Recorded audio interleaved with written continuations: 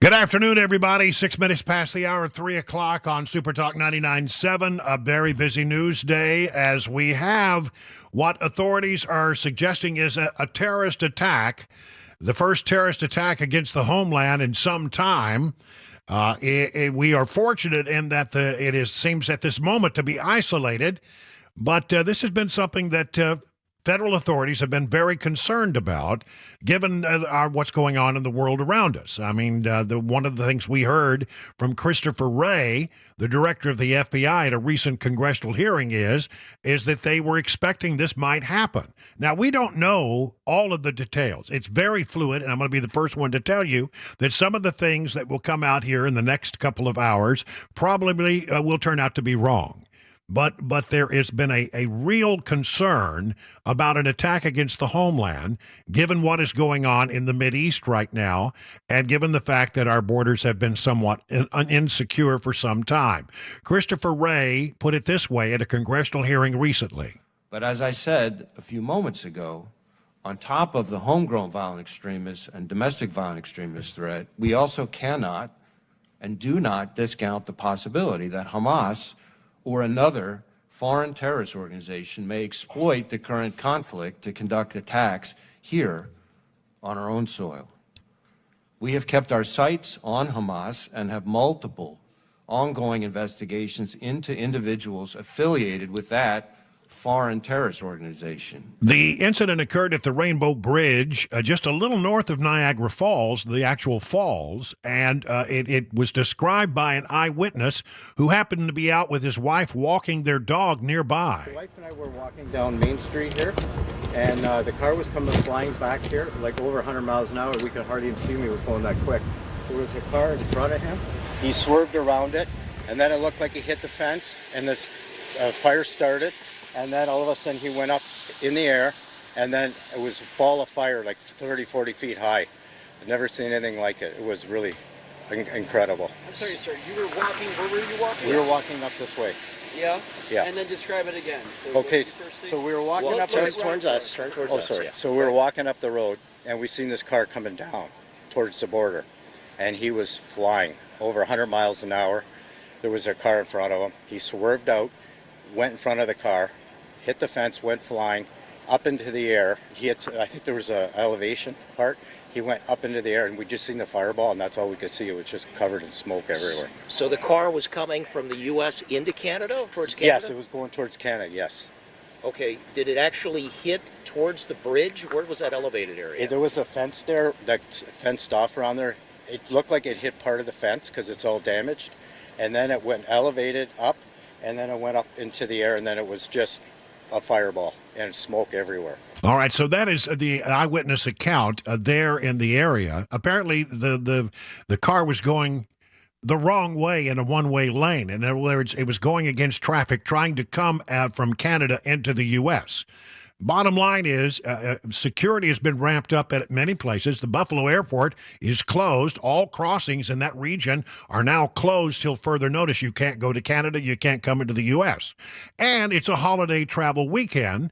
Standing by on the line with us from B&A is Doug Crulin, who's the man in charge out there. Doug, you told me earlier that in a situation like this, you always during the holidays ramp up security, but maybe you've gone a little higher since this news has broken. Yeah, exactly, Brian. Thanks for the call. Any of the holidays, we're always looking for, somebody that's a bad actor wanting to cause a disturbance of some sort. So we have additional patrols and officers on call, but we also do a more intensive job in terms of preparation, in terms of all of the electronic type systems we have to monitor what goes on out here to help protect the passengers traveling. So it's unfortunate what happened in Niagara, but we think we're as prepared as we can be at B&A. Can we expect additional or more intense screening than perhaps we normally would have? I think that all of our law enforcement, our chief and senior officers are briefing at each of the shift changes now. And what we have obtained from the FBI, TSA, and THP and stuff is just to continue to be observant and out there. So I don't know of any additional screening, but I think that everybody is more aware of what might or could happen. And while we have you there, just to give us an update, have things been going mostly smoothly out there? I haven't heard of any problems at BNA or on any of the airlines in this heavy travel holiday weekend. Yeah, correct. The weather is great. We're not having any problems with airplanes or airlines moving in and out of here. We have a little over 35,000 people departing and that same number arriving. So, I'm looking out the window right now and traffic's flowing on both arrivals and departure level, and we hope to get everybody home for Thanksgiving. We've heard that the Buffalo airport is closed, at least to international travel. Are there any flights that are going from here to Buffalo that may have been impacted by this? Don't believe so. We're adding Buffalo as a nonstop here after the first of the year, but not right now. And that's probably prudent on their part in case they don't want anybody to leave the area that the police may want to investigate. All right. Thank you so much. Doug Crulin, the CEO and the guy in charge of BNA, where they are, they're always meticulous out there, but you may find that the additional security in the area if you go out there departing for your holiday weekend with friends and family. All right. Let me bring you up to date on some things that are very concerning about this situation. 2 people are dead. There was a person in one of the toll booths or one of the checkpoint booths there at the crossing who apparently was very near to what happened and is said to have had minor injuries and is going to survive. So the really good news out of all this is that the only 2 people that seemed to be impacted, in a negative way, were the people who carried out what police and FBI and our federal authorities are now calling an apparent terrorist attack. The Prime Minister of Canada has spoken to their parliament. And just a few moments ago, Mr. Speaker, this is obviously a very serious situation in Niagara Falls. There was a vehicle explosion at the Rainbow Bridge crossing. I've been briefed by the NSIA and the Minister of Public Safety. CBSA, RCMP, and Transport Canada are all fully engaged in providing the necessary support. There are a lot of questions, and we are following up to try and get as many answers as rapidly as possible. We are in close contact with U.S. officials, and will continue to work closely with them.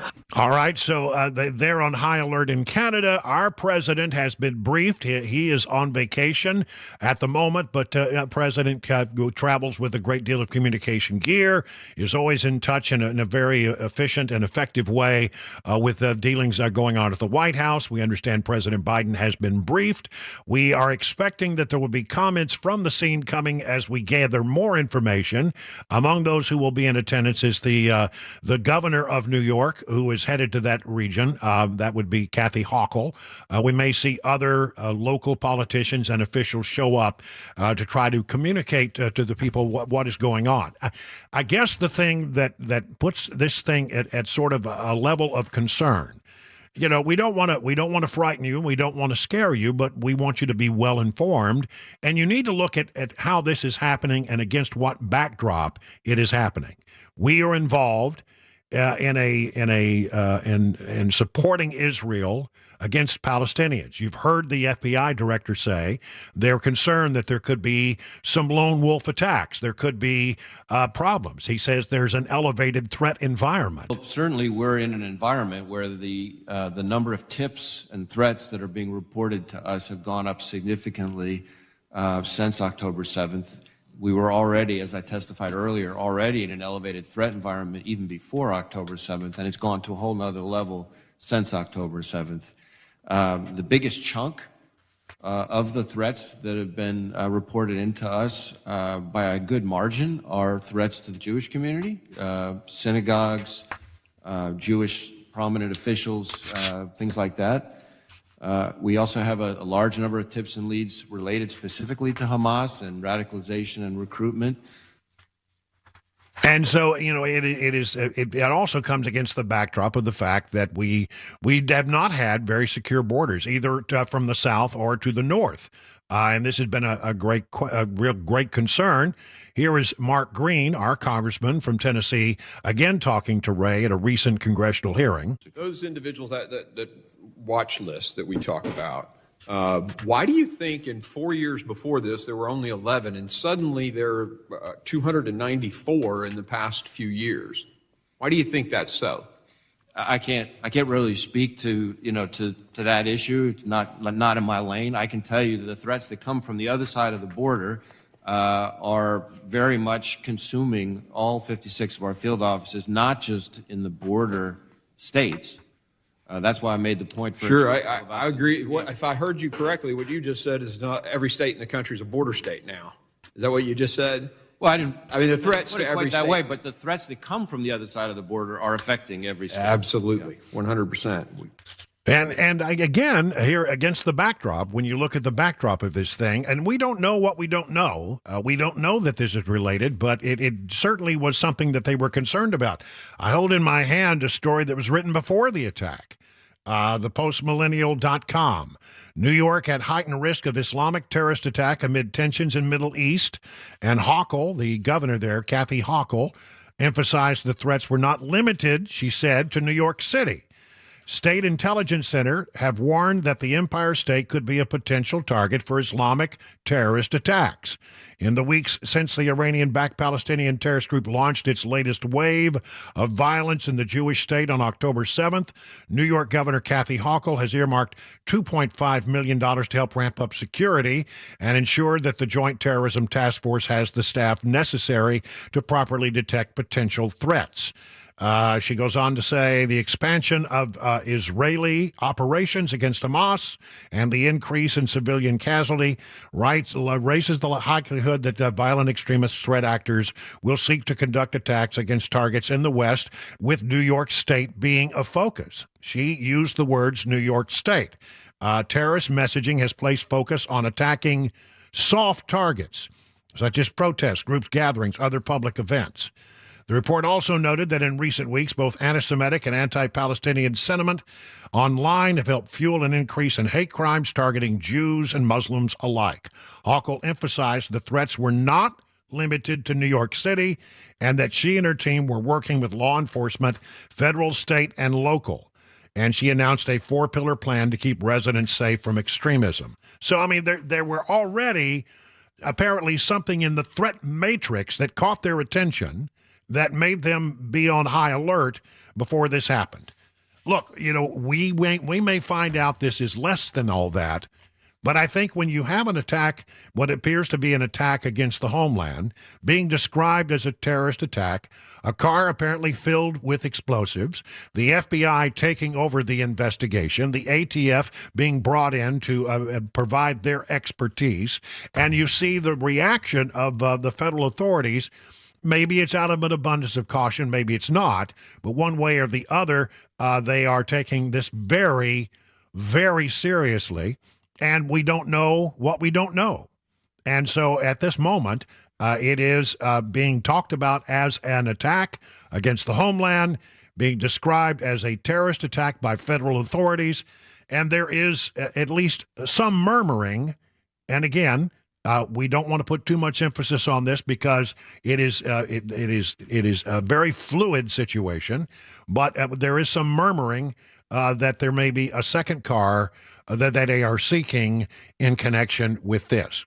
Again, some of the information that you hear in the early moments of a breaking story of this nature will turn out to be wrong. But what we have here for sure is something that federal authorities are describing as a terrorist attack. So we give you the information. If there is breaking news about this, we have instructed Jay Harper to break in immediately, and he will.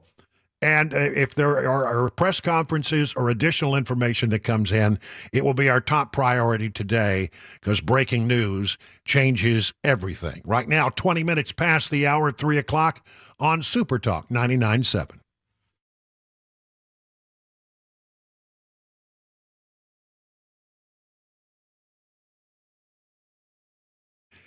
Well, cold weather is here, and the last thing you need is to be without heat because your unit is on the blink. And if that happens to you, call the people I trust. Busy Bee Plumbing, Heating, and Cooling, your official Rude Pro partner. Listen, sometimes they can put these things back up and running. It's a minor thing. Sometimes your system, well, it's probably hit the wall. If it's been in existence for, 15, 20 years, that's about the life of these expectancy of these systems. And they'll give you all your options, but if you have to replace it, they want you to know you're not going to find a better value on HVAC and plumbing replacement systems than at Busy Bee. Become a member of the Beehive Club, $99. You'll get 3 thorough maintenance services on your systems, one at the beginning of each heating and cooling season, and now a one for plumbing. One overtime charges 24/7 and 10% off all repairs. Busy Bee Plumbing, Heating, and Cooling is your official Rude Pro partner. For satisfaction guaranteed, call Busy Bee Plumbing, Heating, and Cooling, 615-775-7833, online at busybeehvac.com.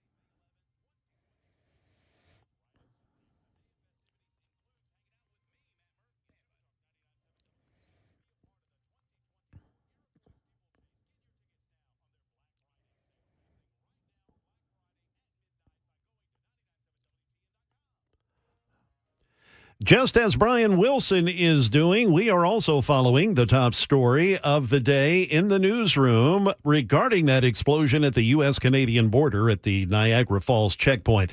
We'll have the latest from D.C. as well as other updates on that situation at the bottom of the hour. So keep it here. Super Talk 99.7 WTN. Thank you very much, Jay. Appreciate it. Jay's in the newsroom covering everything, and we'll break in if there are breaking news developments. And no matter what's going on, If there are new developments in this particular story, we will bring them to you. And Chris Weber in the control room monitoring all of our different media sources and sources of sound so that we will bring you anything that we have that is new with regard to this story to the forefront as soon as we can process it. Again, we talk about the backdrop of what is going on. This is perhaps one of the heaviest travel days of the year. And I think that, all of your major, transportation hubs around the country, train stations, your airports are going to be, they were already going to be on high alert because of the enhanced threat matrix that the FBI has been concerned about for some time now. It was very clear from reading the comments in that story that Kathy Hochul believed that there was a reason for concern and that they were on a heightened state of alert. And New York City Mayor Eric Adams, he's the mayor there, has said that NYPD, as a result of this incident, has enhanced security. And you can understand why. What happens in New York City on Thanksgiving Day? We have the Thanksgiving Day parade and all of the people that are gathered there. Here's what he said. The NYPD and our team have been closely monitoring the situation on the ground in Buffalo after an explosion at the Rainbow Bridge, and we've already sent NYPD officers upstate to support efforts on the ground. The NYPD and our partners have already enhanced security, and the city is on heightened alert due to the upcoming holidays, so the public will see increased security at locations in New York City, including, and this is interesting, the entry and egress points into and out of the city, what they call the bridge and the tunnel. Will be on higher alert, and people will no doubt be examined as they come through. And the Buffalo airport, just to be clear on that, if you are flying to Buffalo and you are, making a trip across the country to Buffalo, you can get there on a domestic flight, but all international flights in and out of Buffalo have been put on hold for the next 48 hours. I think there are two reasons for that, just out of an abundance of caution, number one. And number two, if there is somebody that's involved in this in a wider way, and that's a big if, we don't know. But if it is, they would want to make sure they didn't have a quick way to get out of the country. So those flights have been shut down, as they say, till further notice. If you're just joining us, a recap very quickly. There has been what federal authorities are describing as a terrorist attack against the United States at the Rainbow Bridge in upstate New York, just a little bit north of Niagara Falls. And somebody got into a lane, went wrong way in the traffic, accelerated, we are told by eyewitnesses, to around 100 miles an hour, and then took out basically one of the checkpoints. There was one person who was slightly injured. The two people in the car are dead. A tremendous fireball was seen. There are some security camera pictures now coming in, and it was a tremendous explosion. And it was apparently, we are told by authorities, they believe that the vehicle was packed with explosives. Some concern about a briefcase that they found on the scene. They were wondering, could that be something that needs to be investigated? And so they are bringing in the bomb squads and the ATF to take a look at that as well. Again, it comes against a backdrop where there has been great concern. We have not heard any official connections to what is happening in the Mideast and this attack, but certainly that was what federal authorities were concerned about in the lead up to this holiday weekend. Again, we'll continue covering. We'll also bring you other news from around the country and the nation and your own backyard coming up as this continues today, but we will break in anytime there is a new development with regard to this ongoing and breaking news situation. It is now 30 minutes past the hour of 3 o'clock on Super Talk 99.7.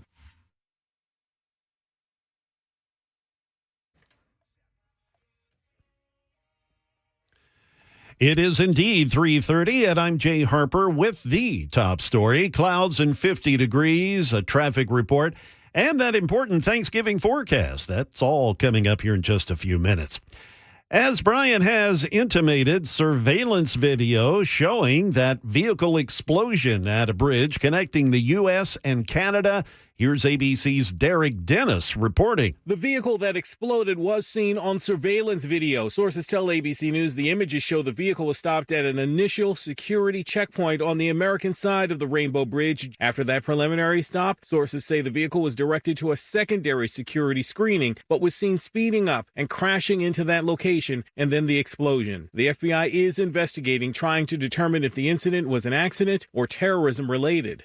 President Biden, of course, has been briefed on the situation. ABC News White House chief correspondent Karen Travers has more on that. The White House says President Biden has been briefed on the vehicle explosion at the Rainbow Bridge point of entry connecting the U.S. and Canada at Niagara Falls, New York, and he and his team are closely following developments. Transportation Secretary Pete Buttigieg wrote on X, the social media platform formerly known as Twitter, that he has been briefed by Department of Transportation staff in New York and Washington, D.C. on the explosion and related bridge closures. Buttigieg says he's in contact with his Canadian counterpart. Karen Travers, ABC News, Washington. A lot of folks stuck at the border there now after today's deadly explosion at the U.S.-Canadian border forced the area's 4 bridges to shut down.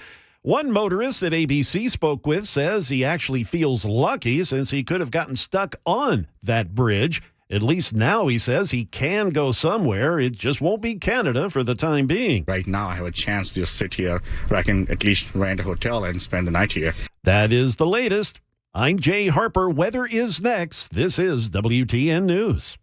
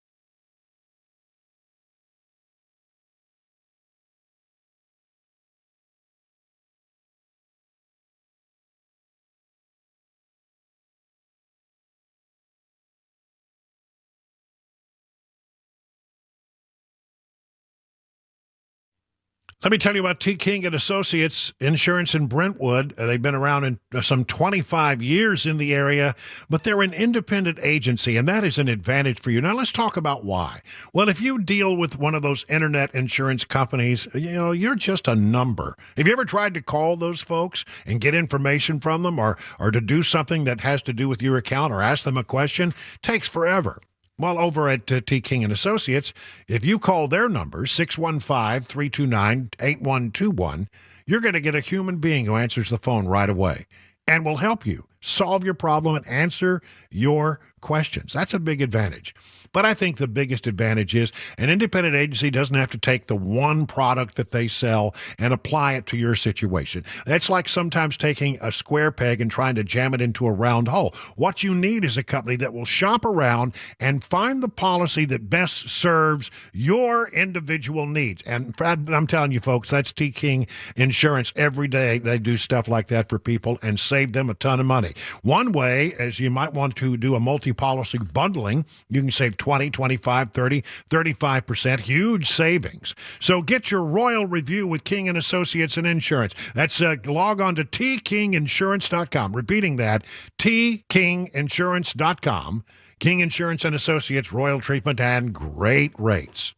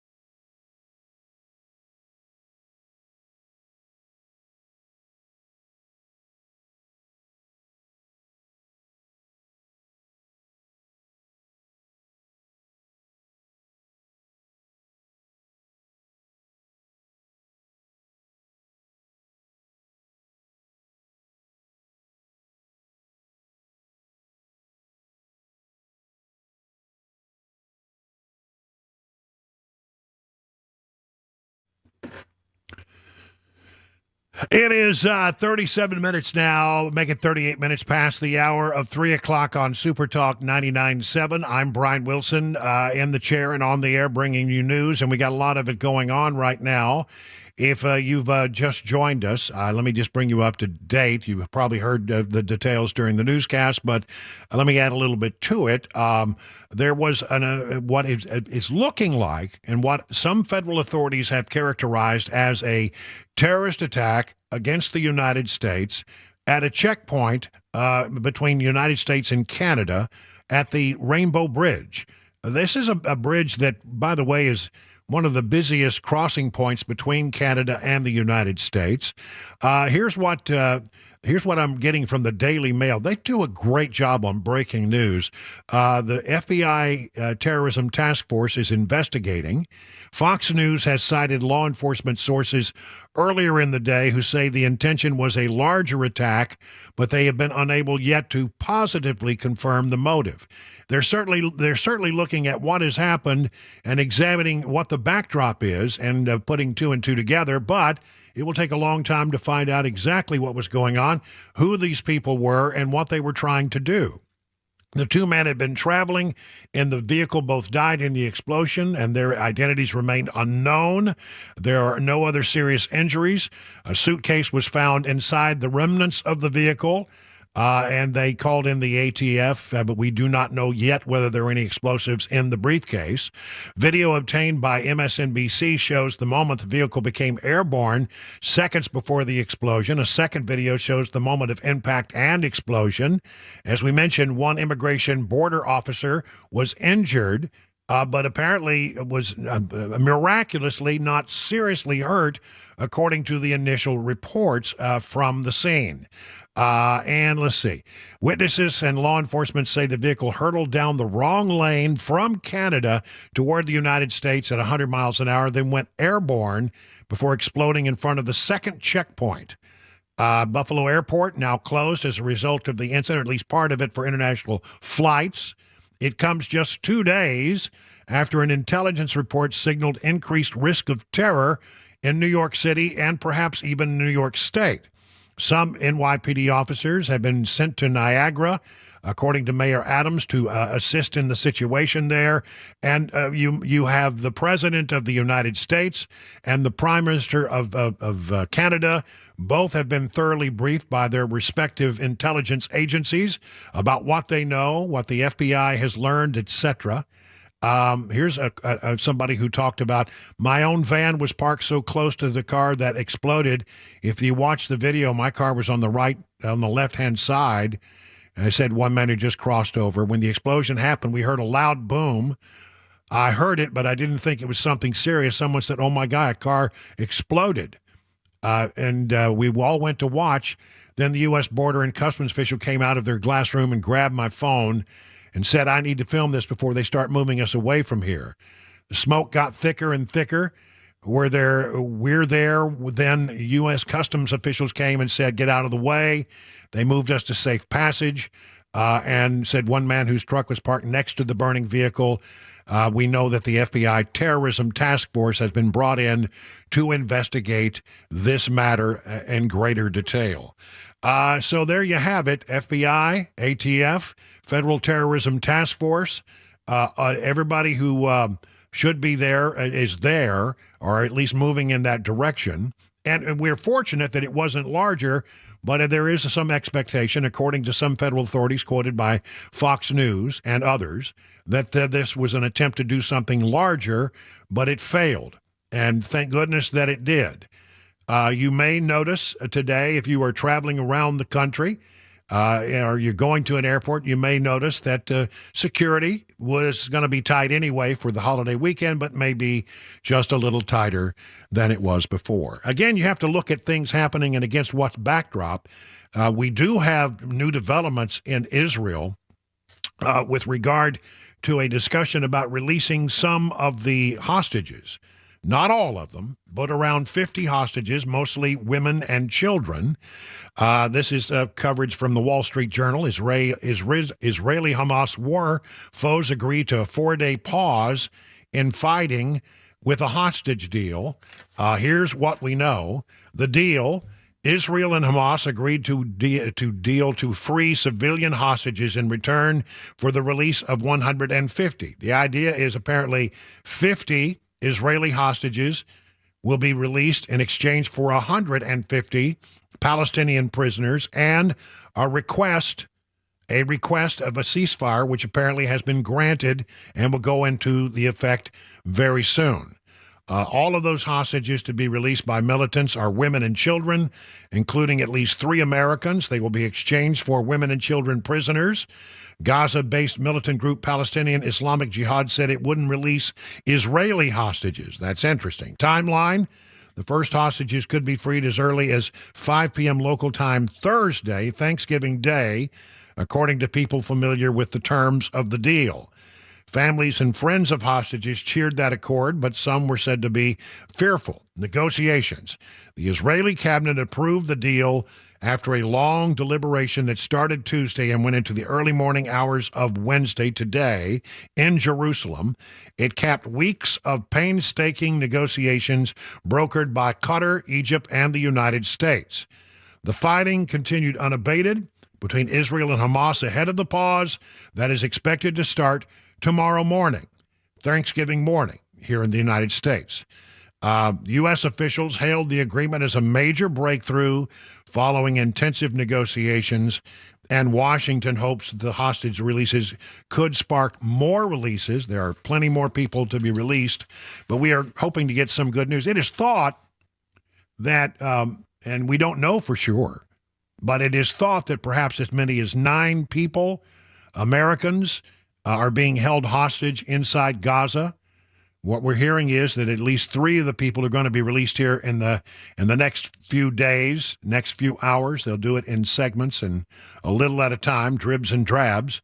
But at least 3 may be Americans, and that would be a little bit of good news for the people who have been waiting on this side of the pond to see exactly what happens.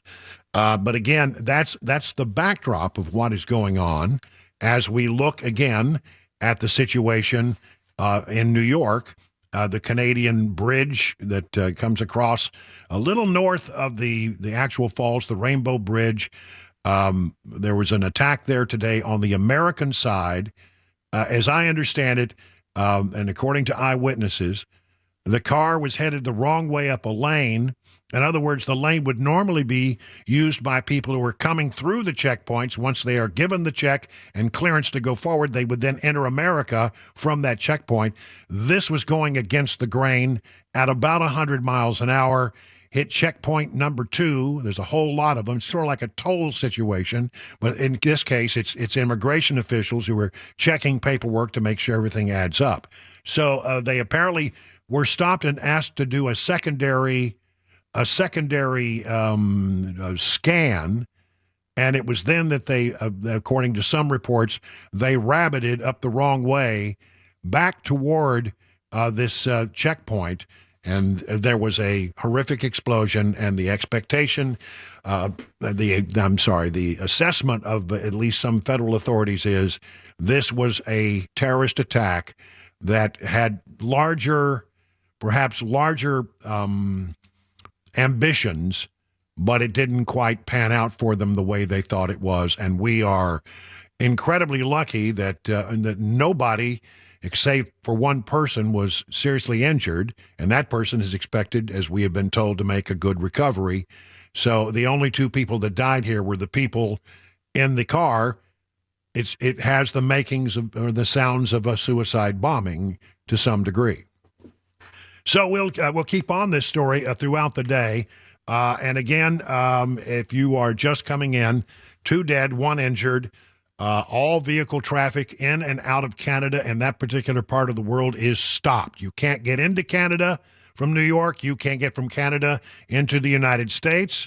The airport is closed to international travel. They are doing things like closing down Jewish community centers in Buffalo and increasing security around such facilities in New York City as an abundance of caution. There has been some talk, though it's been very murky and not fully confirmed. I only mention it because that's why I think the authorities are so concerned right now that there may have been a second car involved in this matter. It's now 47, let's call it 48 minutes past the hour of 3 o'clock. Hey folks, I'm Paul Winkler. One of the biggest decisions people have to make in retirement is how to take Social Security. You'll get all kinds of workshops about that, and you'll see all kinds of things about that particular topic. Because Social Security, for some people, it might be a third or even more of their income in retirement. So you want to get this decision right. Well, how do you make the decision? Well, one of the things we look at, there are programs we use. This is one of the simpler programs that we use right here. And I want to just show you how it works and how it actually unravels some of the misconceptions we have about Social Security. So we have two people here, they're age 60, and they're looking at filing for Social Security. One person has a retirement benefit of $2,500. That is their main benefit from Social Security at their full retirement age. The other one has a $500 benefit. And what we can do here, which is kind of cool, is look at this and say, okay, well, what if we have this person has that life expectancy and that person has that life expectancy there? And then what we do is we assume a certain cost of living increase in Social Security. What would be the optimal for taking the benefit where they get the most benefit or the most bang from their buck? And where we see the star, that shows that we would have the best benefit. Now, this is one person filing at age 67, the other person at age 70. Well, a lot of people think, well, I retire, I have to take Social Security at the same time that I retire, and that's not necessarily the case. As you can see here, one may take it at one age and one may take it at another, even though they're the same age right now. Now, the other thing we can do is say, well, what if I took it early? What if I took it at this particular age right here, where one person's 65 and the other one's 65? You can actually see how much it could cost in benefits. When we do this, we can see how much it might cost us and how much it might affect us negatively to do that. Now, the other thing we can do is we can play around the life expectancies, and we say, well, if this person lives to that age, now the cost is $187,000 in this particular example, taking it at that age right there. So you can see, based on your own life expectancy, and typically people will say, well, what did my parents live to, and come up with that type of data. So this is just part of the financial planning process that we use at Paul Winkler Inc. If you want to know more about what we do, you can get a free 15-minute phone call at our website, paulwinkler.com. We do financial planning, full financial planning. We do investing, education, and investing. We actually help people through those decisions, helping them set up their 401ks and those types of decisions, as well as risk management. But we don't get paid on commission. That's what makes us so different from other firms out there that do what we do. So if you want to find out more, go to paulwinkler.com.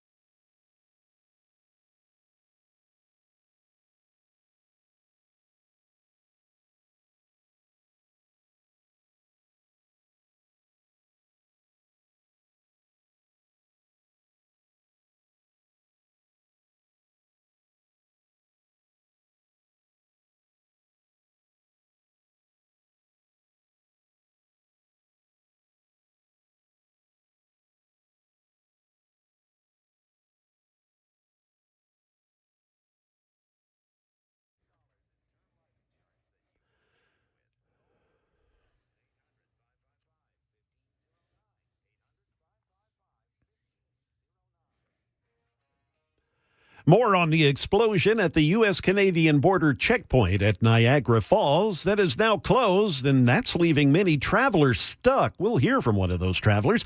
And many Tennesseans are hitting the highways for the long Thanksgiving holiday weekend. But if you get in too big of a hurry on the highway, you just may have a state trooper extend holiday greetings in person. We'll explain that to you at 4 on Super Talk 99.7 WTN. Continuing to monitor the situation at the Canadian border of New York, where there has been an attack of some kind. It looks like a suicide attack. Two people driving a car the wrong way at about 100 miles an hour, ramming into the checkpoint there, the immigration checkpoint on the American side. We have heard from federal officials. They are sources now tell Fox News and Associated Press and a lot of other people that they expect that they will describe this as a terrorist attack. That perhaps one that had greater ambitions that did not go as they planned. But one way or the other, you can't get from that part of New York into Canada or from Canada into New York. And we're expecting updates throughout the afternoon. FBI in charge of the investigation. They have released their terrorism task force on the task. And the ATF is also on the scene, meaning this is looked at as, if it was a local thing, the local police would be involved.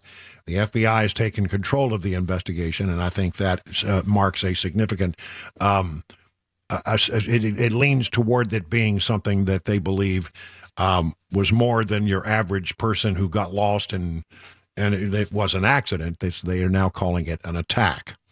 There's another thing that happened on this date some 60 years ago. While I have just a moment, I'd like to remind you that it was 60 years ago on this date that John F. Kennedy was assassinated at Dealey Plaza in Dallas.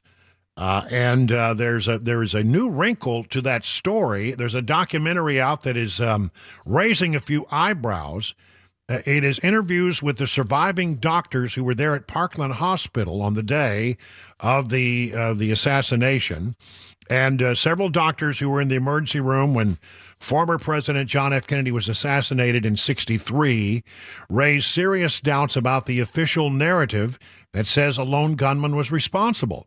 This according to a new documentary featuring interviews conducted in 2013. You'll remember the Warren Commission said there were 2 shots fired by lone gunman Lee Harvey Oswald, who was located in the 6th floor of the Texas School Book Depository.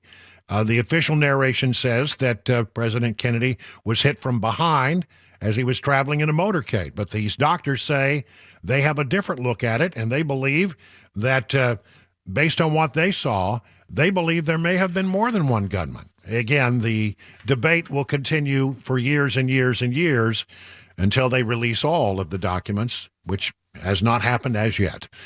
58 minutes now past the hour of 3 o'clock on Super Talk.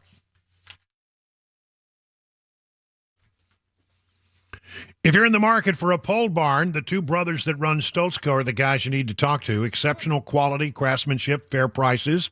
They can build your new pole barn to your specifications with your needs in mind. That's the Stoltzko difference. You can use pole barns for all kinds of things. It can function as a classic tool and work barn, a garage, even a place to live. Flexibility is key.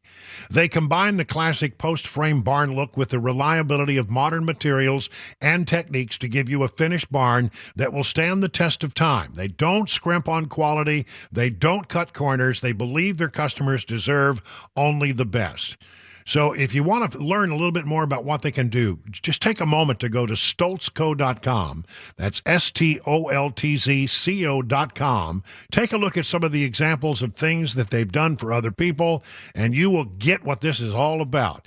Then give them a call at 615-622-5992. Stoltzco, where quality workmanship and great customer service is affordable. Learn more at stoltzco.com.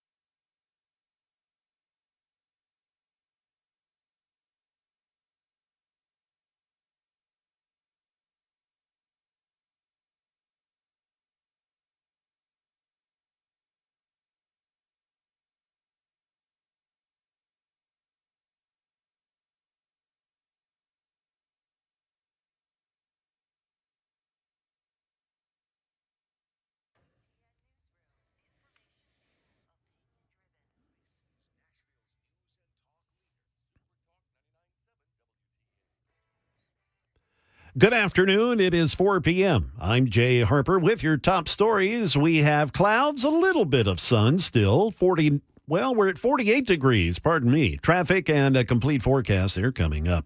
2 occupants of a vehicle that exploded at a U.S. border checkpoint were killed today. A U.S. border agent also injured at the Rainbow Bridge crossing near Niagara Falls. When the car went through one security checkpoint, the driver was directed to a second one, and security footage shows the vehicle then speeding up at a very high rate of speed, then crashing into that second checkpoint and then bursting into flames. The FBI is investigating. They're still trying to determine if it is indeed an accident or a terror-related incident. Aaron Katursky, he's on the scene with the latest. The authorities on scene are still trying to figure out the circumstances here, but the FBI is taking the lead, which tells us that at least initially they may be investigating this as potentially an attempted act of terrorism, but that's not necessarily how it's going to turn out. We heard from the FBI that they're investigating this vehicle explosion at Rainbow Bridge, and now the FBI is coordinating with other partners to investigate this very fluid situation, as they call it. President Biden, he's been briefed. ABC News White House correspondent Karen Travers, she has the latest from the administration on this situation. The White House says President Biden has been briefed on the vehicle explosion at the Rainbow Bridge point of entry connecting the U.S. and Canada at Niagara Falls, New York, and he and his team are closely following developments. Transportation Secretary Pete Buttigieg wrote on X, the social media platform formerly known as Twitter, that he has been briefed by Department of Transportation staff in New York and Washington, D.C. on the explosion and related bridge closures. Buttigieg says he's in contact with his Canadian counterpart. Karen Travers, ABC News, Washington. A lot of folks stuck at the border up there now. All bridges connecting the U.S. and Canada in western New York, they're shut down because of this explosion. ABC did talk to some of the travelers who have been forced to adjust their holiday plans. Jason is a gentleman from Queens, New York. He tells ABC what he's going to do now that he's stuck on the U.S. side. Get something to eat, wait, kill some time, maybe spend the night. The Tennessee Highway Patrol, they're launching a huge effort this holiday to make sure that people drive safely. It's called the Tennessee Interstate Challenge. The goal is to increase the presence of law enforcement on roads across the state. The THP plans to place controls along the interstates about every 10 to 20 miles. Last year, over the Thanksgiving holiday, the Highway Patrol arrested almost 90 people for DUI, and they worked more than 500 crashes. 14 of those were fatal. 4 pedestrians last year also killed over the holiday. That is the latest news. Traffic and weather, they are next. I'm Jay Harper, WTN News.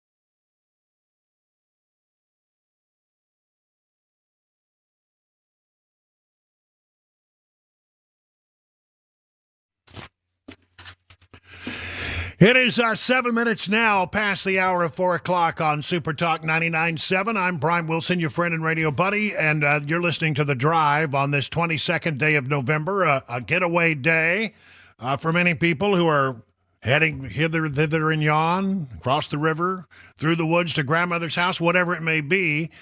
We wish you safe travels as you make your way around the country or around the area. Traffic is expected to be high, busy at the airports. And if you've been hearing, there is some breaking news about what's happened up in upstate New York at what they call the Rainbow Bridge, just a little bit north of Niagara Falls. Now, what has happened is we have an eyewitness account of it. Guy was out walking his dog. He talks about what he saw. If you haven't heard this, it's a pretty good description of what it is. Let me pick it up here in the middle. Turn towards us. Oh, sorry. So we were walking up the road, and we seen this car coming down towards the border, and he was flying over 100 miles an hour. There was a car in front of him. He swerved out, went in front of the car, hit the fence, went flying up into the air. I think there was a elevation part.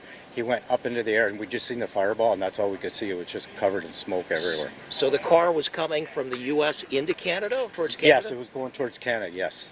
Okay, did it actually hit towards the bridge? Where was that elevated area? There was a fence there, that's fenced off around there. It looked like it hit part of the fence because it's all damaged, and then it went elevated up, and then it went up into the air, and then it was just a fireball and smoke everywhere. And did you see officers like pulling weapons or doing anything like that? Not till later.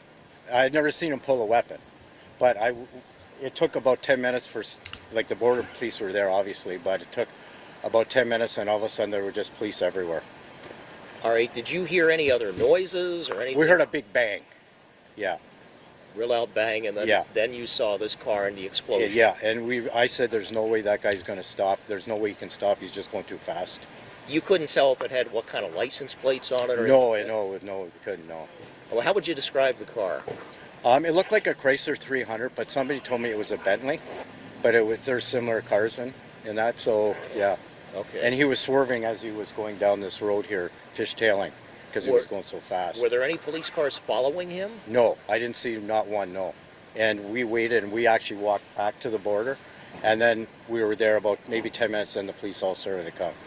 How many people could you see? How many people were in the car? Do you think No, just the driver? I have no idea. No, we couldn't see. It was just, he was just going so fast.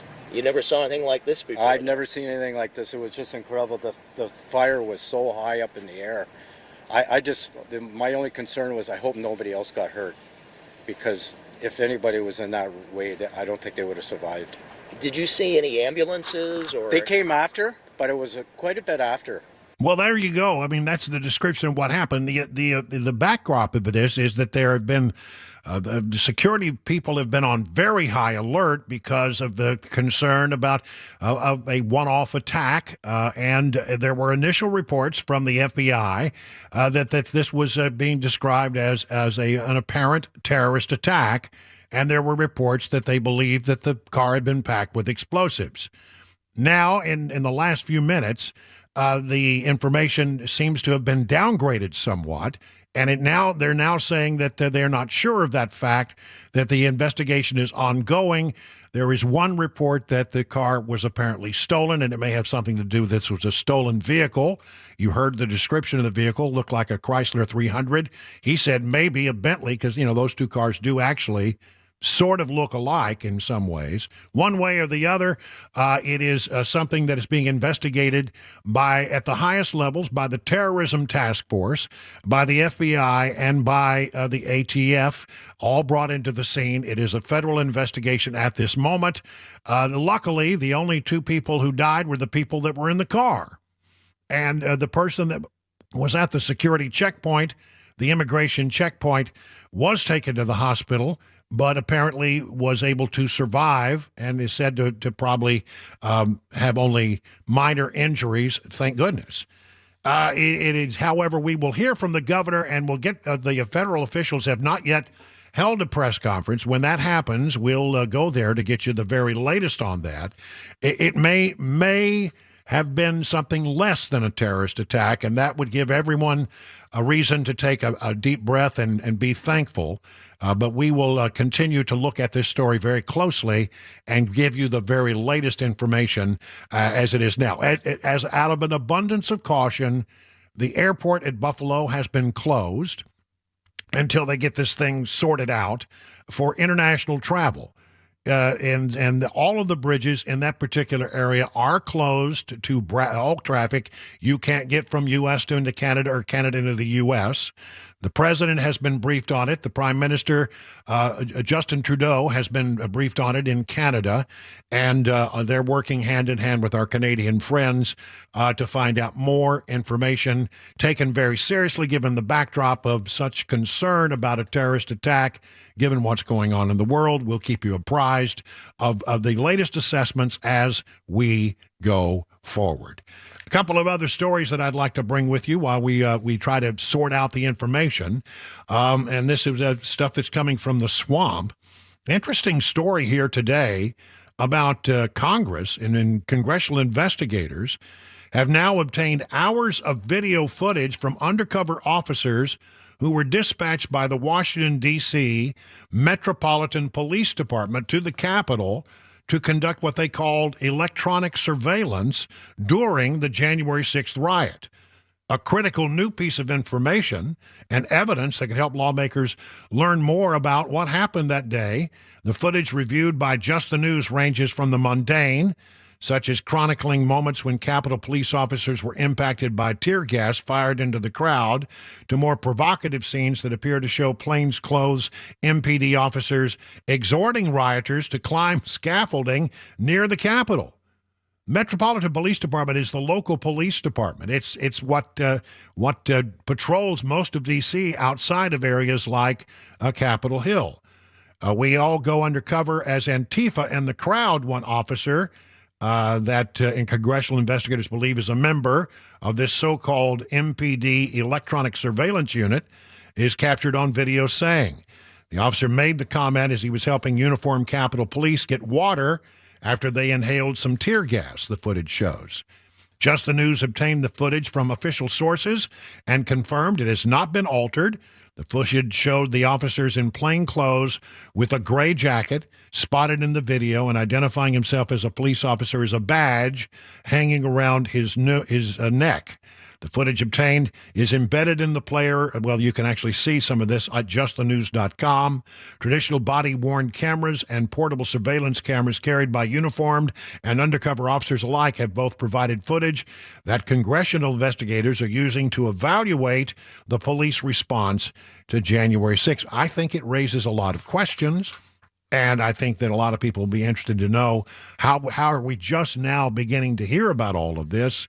But one way or the other, a new development. By the way, the Speaker of the House is releasing 40,000 hours of security footage from that day, and people are finding some interesting stuff in it.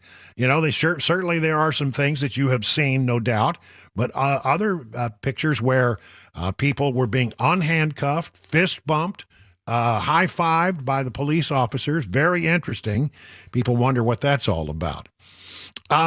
Also from the swamp today, a story that you got to shake your head. You just have to shake your head in complete disbelief.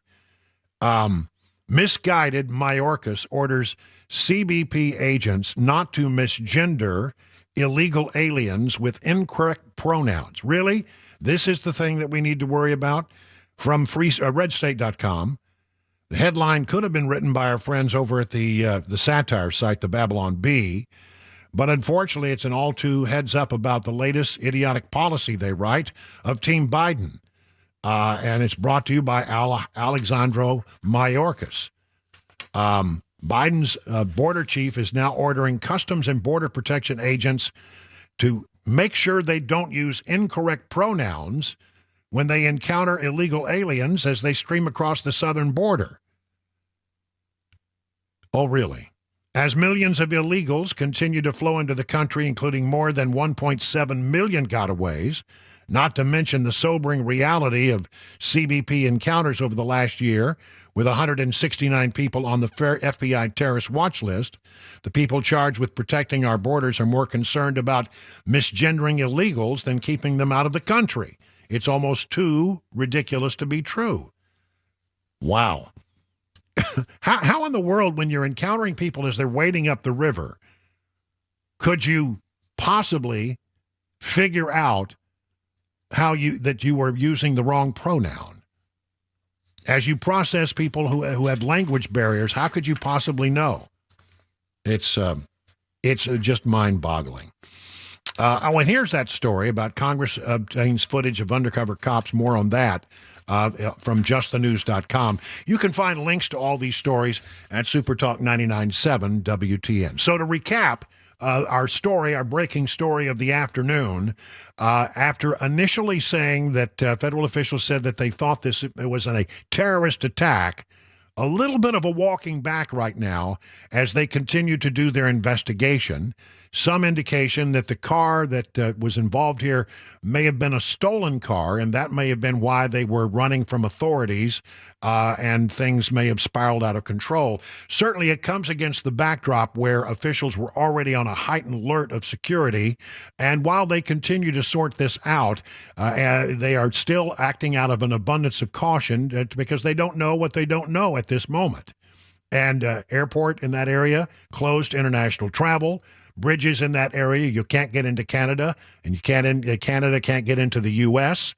The governor of New York State is going up there to have a statement. She issued a statement just a couple of days ago that said that they were very concerned about the possibility of a terrorist attack and were on alert for that. They said it would move beyond New York City. The statement went on to say, New York City will be on high alert, but we believe that there is a threat beyond New York City into the state of New York. So it was against that backdrop that this thing happened, and everybody is maybe going out there and putting together things that at the end of the day may not add up. We'll see how this goes as the afternoon progresses, but clearly the situation seems to be changing. Jay Harper's in the newsroom. Yeah, Jay? Brian, Governor Kathy Hochul from New York, she just concluded her press conference where she is stating that they feel there currently is no indication that this border explosion was indeed a terror attack. From what they are investigating, she also announces that some of those bridges between New York and Canada, they are opening.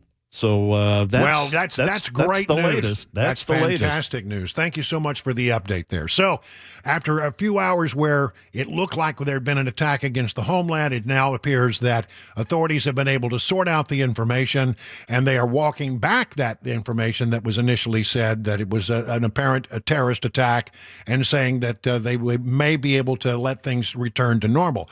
That doesn't mean that there isn't an enhanced security threat, because they clearly do have that going on, but this may not have been what they initially thought it was. What a blessing that would be as we move about the country on this Thanksgiving holiday. 20 minutes now past the hour of 4 o'clock on Super Talk 99.7.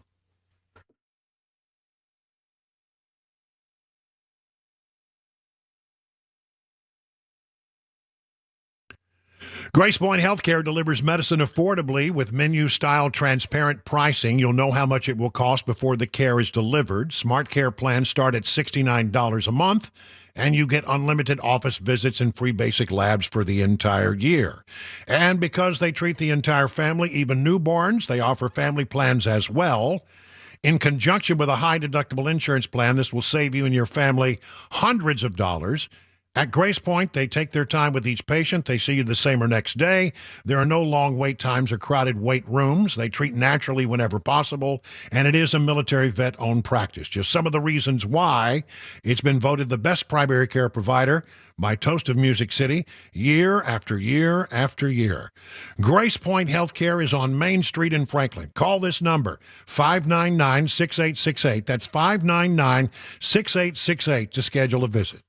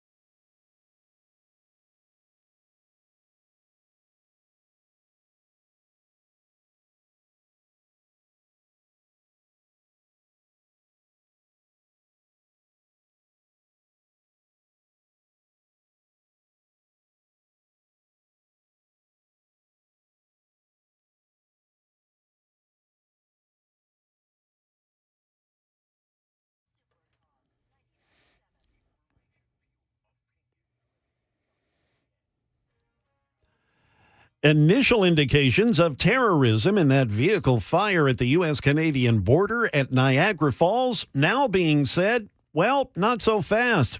Perhaps no terrorism at all. We'll also have today's closing money news. We'll have those stories at 4:30 on Super Talk 99.7 WTN. You know, these kind of things, these breaking news situations are often very fluid. And as I said going in, you know, things that we tell you sometimes turn out not to be true.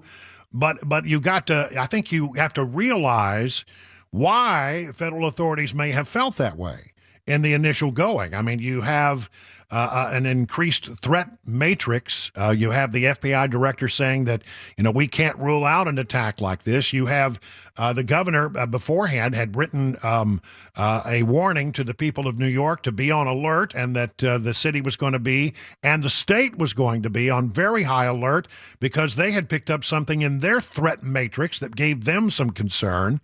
So this thing happens right where they're very concerned that something might happen. And so you can understand why they initially may have thought that. You know, it's going to take some time to sort through all of this stuff and how that information got out. You know, listen, I can tell you this. When reporters tell you something like that, they don't make it up out of whole cloth. They have gotten it from a reliable source in most cases. And these were said to be federal law enforcement officials who said it was, an apparent, and they used the word apparent, terrorist attack. And that's the language that we have used. Now, with the passage of a little time and the gaining of more information, federal authorities are now asking reporters to walk back that information, and that's what we're doing. They're now saying it may not have been a terrorist attack. The fact of the matter is they're still working on it, and no indication, according to the governor of New York, that was the case. But certainly when you look at the backdrop and the concerns, holiday weekend, people traveling, a lot of people on the highways and byways, a concern and an elevated threat matrix that had law enforcement on edge, still on edge. And, you know, things happening in New York, like the Macy's Thanksgiving Day Parade. You can understand why everybody would be on high alert and edgy. And then something like this happens, and they say initially they thought the car was packed with explosives. I think they may be walking that back as well. So a lot of information that you get during a breaking news situation sometimes changes, and that's to be understood. So we are happy to hear that may not be the case. But again, the investigation is still ongoing, and we'll try to bring you whatever it is as we go forward. But we will move on to other news of the day as we continue our broadcast here today. And one of the things that I want to talk about after the break is number one about this is the anniversary, the 60th anniversary of the assassination of John F. Kennedy. And a lot of people have theories about that. And I don't really want to talk so much about the theories because, again, they're theories. There's a story out there that doctors who were in Parkland Hospital that day are questioning some of the findings of the Warren Commission. And certainly looking at some of the official autopsy photos, they say that what they saw in the official autopsy photos that were done at Bethesda Naval Hospital looked very different than what they saw in the emergency room that day. And we'll talk a little bit about that. But I want to know, because there are a certain number of people within the sound of my voice who remember that day. Many of you, maybe not old enough to remember that day. I remember it vividly as being a second grader in my little elementary school in Odessa, Texas. Everybody who was there that day and of a certain age remembers what they were doing and what they thought and what they learned that day and how they learned it. And I think maybe it'd be interesting for some of the people out there within the sound of my voice who have memories of that day, then maybe we'll just share them for a little while if you have some. So if you're that person, when we come back from the news here in a short while, we're going to do that. We're going to open up the phones at 615-737-9986, and we're going to reminisce. And for people who are too young to remember it, and there are many, I know, because I'm older than dirt, but I think they would find it fascinating to hear those stories. Many people remember where they were during the Challenger disaster or where they were on 9/11 and how they saw it. This was a day that if you were around, you have a vivid memory of it. And maybe we'll share some of those vivid memories after the news. Right now, it's 4:30 on Super Talk 99.7 WTN.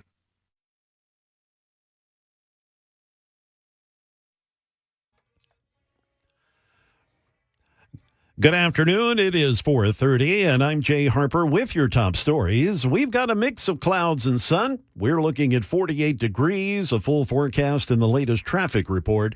They are all on the way. New details emerging about that car that caught on fire at the entrance to the Rainbow Bridge border crossing between the U.S. and Canada. Initial indications of terrorism are now being questioned by many authorities.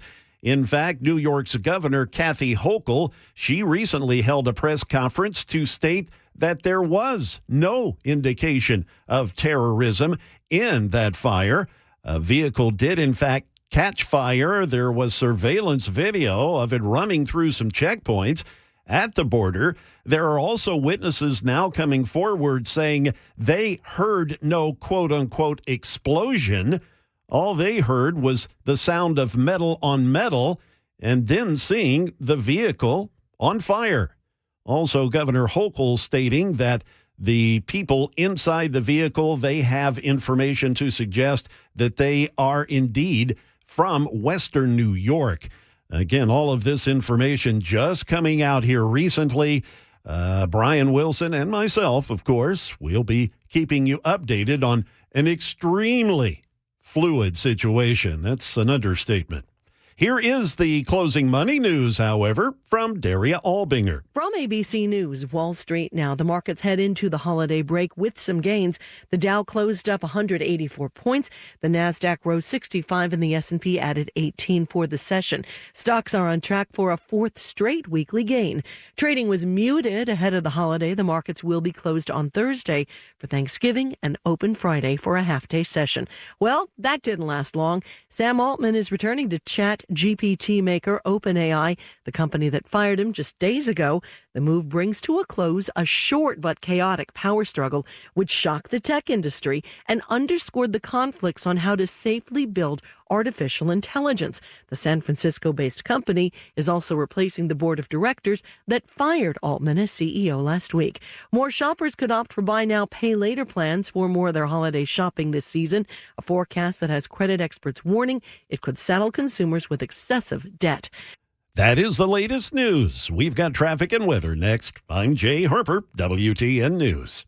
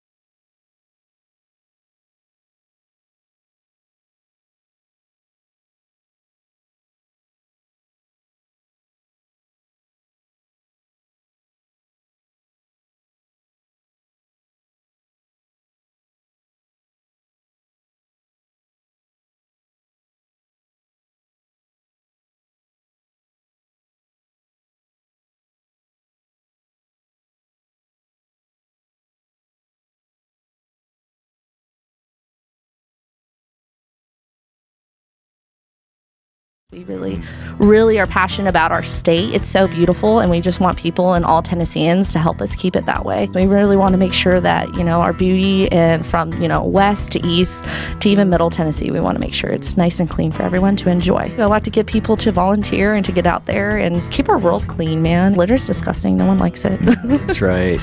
Yeah, if you ask my wife, I've always said, keep Tennessee beautiful. That's kind of been, I think I found a T-shirt or something a long time ago. It's that marketing. Yeah. Really good job. It's like, yeah. I like that. Yeah. I mean, there's no sense in throwing your trash out the window or when you're hunting or fishing, leaving the trash there on the bank or whatever. It's not worth it. Currently, there are 88 million pieces of litter on Tennessee roadways at any given time in this state. Wow. And TDOT currently spends $23 million on picking up the litter, educating about the litter. The Nobody Trashes Tennessee campaign, there's some great videos out there. And I was watching the litter lessons and the show and get to know the Red Plastic Cup. Tell us a bit about the campaign and some of those characters. That's pretty neat. So Red Plastic Cup, he thinks he's a movie star. He thinks he's just the greatest thing ever. So he started off with a talk show, and then he got a movie. And in our movie, he got more characters, and we had experts, water quality expert was Sal, the smallmouth bass. Yeah. And his bodyguard is Trash Squatch. And if we can go into Trash Squatch a little bit too, but love Trash Squatch.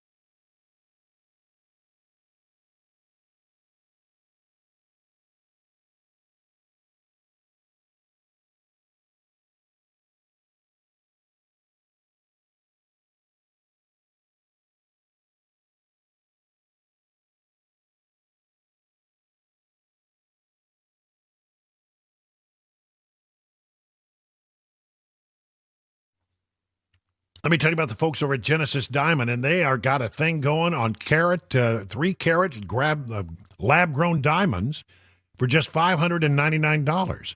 I mean, think about that. A 2-carat lab-grown diamond for only $299. A 1-carat lab-grown diamond for just, are you ready? This is incredible. $99. Not a mistake. It's Genesis Diamond's unbelievable lab-grown diamond Black Friday sale. That's right. This weekend, Genesis is offering deals absolutely no one can touch. Other stores charge an amazing, maybe $10,000 for their 3-carat lab-grown diamonds. But at Genesis, it's just $599. And their 2-carat, as I said, they go for over $4,000 in some stores. But they're selling theirs for $299, and a 1-carat lab-grown diamond at $1,500 in some places. You can get it at Genesis for just $99. The offer is not too good to be true, but it is limited to the first 150 customers with the purchase of one of Genesis' exclusive settings. Imagine proposing to the love of your life with a stunning 3-carat certified lab-grown diamond, any shape, showcased in a one-of-a-kind setting. Don't miss Genesis Diamond's lab-grown Black Friday sale this weekend. Open Friday, Saturday, and yes, Sunday in Green Hills and Cool Springs. See store for details.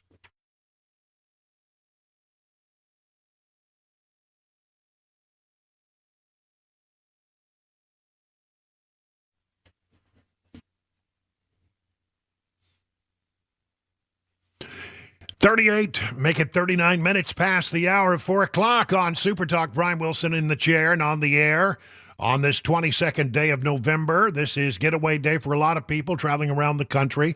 Just to give you a quick update, they are now backing away from the earlier reports where FBI or at least federal officials were quoted as saying they thought what happened at the bridge up in upstate New York was a potential terrorist attack. But now, having gotten a bit more information, they are walking that back a little bit. And so I would imagine that some of the closures and some of the things that have happened are going to be walked back, and as well in the next few days and the next few hours, actually. And we'll continue to stay on it if there is some change. The governor there just gave a press conference, and we'll play that out a little bit later in this hour. It is also the anniversary, and unbelievably, the 60th anniversary of the assassination of John F. Kennedy. And I got to thinking yesterday, as I was looking at what I might do today on this Wednesday show, about what we might do in that regard, because there are, a few people that are within the sound of our voice who remember that day vividly. I will never forget that day. And if you were alive and of a certain age, you will never forget the day that you heard about the assassination of John F. Kennedy and all of the things that happened. So if you're one of those people who has a story like that, where you were, what you remember about that day, I think there are a lot of folks out there who were too young to remember. Would love to hear those stories. We get to geese a little bit. 615-737-9986. I'll get a couple here while people are calling in, and then I'll tell you my story, because I think mine is like a lot of people of my age. Linda and Sparta, you're up with Brian on the drive. So tell me the day you remember. It was 60 years ago today that John F. Kennedy was assassinated in Dealey Plaza in Dallas, Texas, and the world came to a standstill as we waited for more information. Tell me how you learned about it, Linda. I was sitting in my third grade classroom. We didn't have intercom or anything like that, so another teacher came in, opened the door, and just said the president's been shot. And that's all I remember. I think we laid our head down on the table on our desk, and that's what we remembered. But the thing about my memory is I was in that same room, the very same room, 38 years later during 9/11. Wow. Because I was first a student, and then I was a teacher. And so you have very distinct memories of being in the same room for both of those events. Oh, my gosh, that's fascinating. Linda, thank you for the call. How about Jerry in Columbia? Jerry, you're on with Brian on the drive. Jerry, what was your memory Brian. of that day? Because a lot of people, they hear us tell those stories, and they, I think they're fascinated by them. When did you hear about it, and how did you hear about the assassination of JFK? Yes, Brian, I appreciate you letting me get on. I was in the fourth grade, and like I said, there was some things going on in the hallway, and a teacher, like I said, did come in and said, hey, we think the president's been shot. And then shortly, just moments after that, I guess the principal of the school put on the intercom system the radio broadcasting of that, and I believe it was Walter Cronkite at the time, and he was going on about the assassination attempt and stuff and all that. He was being rushed to the hospital, and I remember my teacher, she was vividly upset, and she was crying, and with her crying, there was several other students. We all started just crying because we didn't understand what was going on, and then after that, she wanted to lead the classroom in prayer, which we all did. And, something you probably get in trouble for today, but it seemed appropriate at the time, didn't it? Yeah, absolutely, no doubt.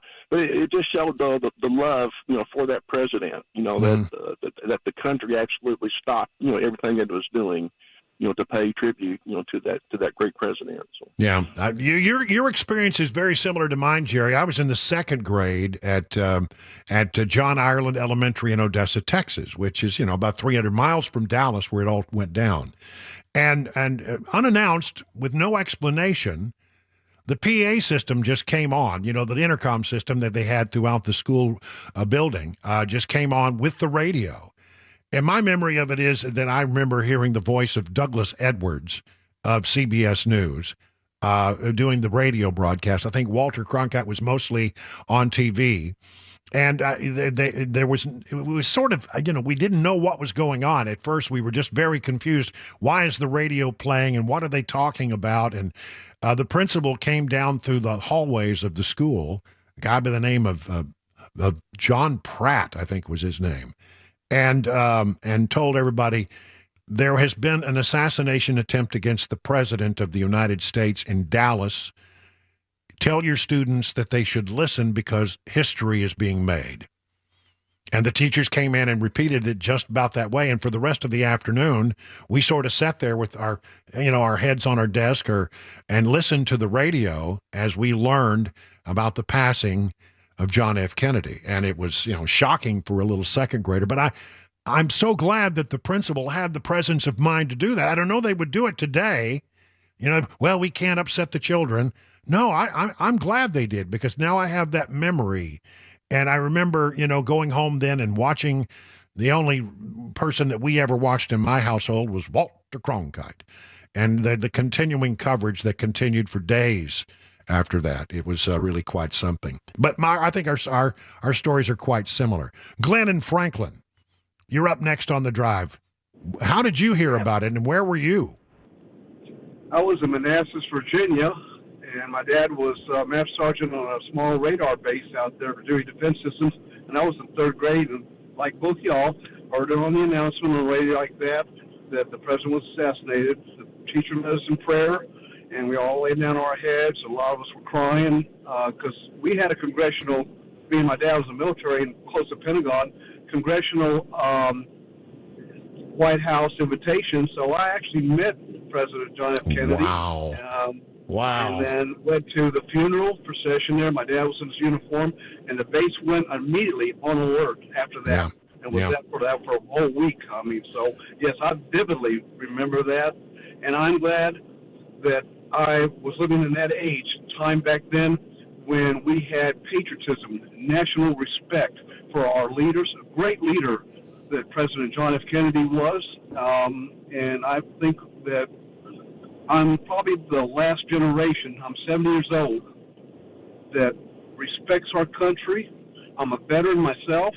I'm a third generation veteran, and it saddens my heart what this country has gotten. I pray for it, and I will still defend it to this day, and have not been released from Maryland, nor neither my family. So thank you for having this presentation right now. Welcome. I really appreciate it. All right, Glenn, thank you for your story. The military did go on alert. You're right, because it was the height of the Cold War.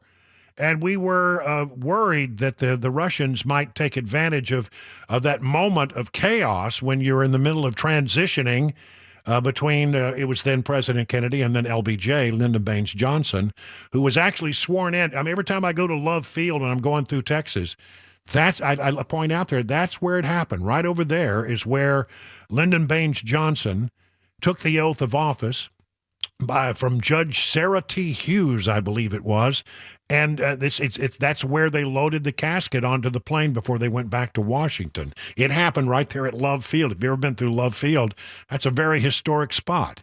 Larry in Gladeville, you're up next on the drive. Give me your story there, Larry.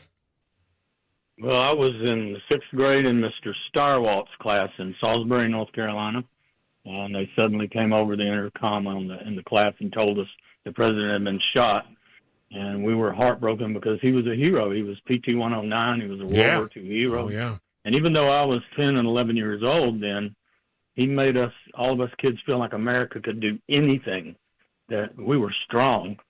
Yeah. So. Yeah, I think I never did have this conversation with my parents, but I got the impression from things they said that they had voted for JFK.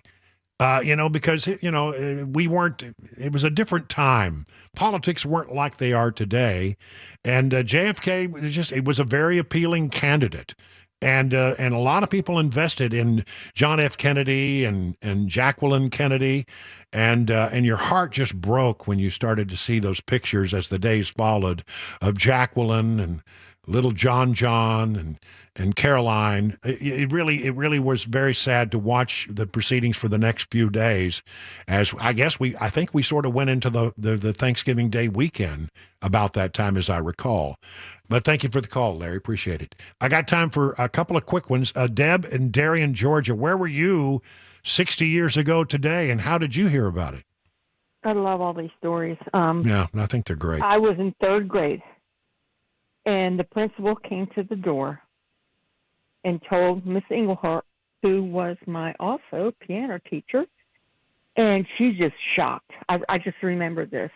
And then I remember all the TV coverage, because we lived 50, 60 miles from Philadelphia, so we had all the TV coverage.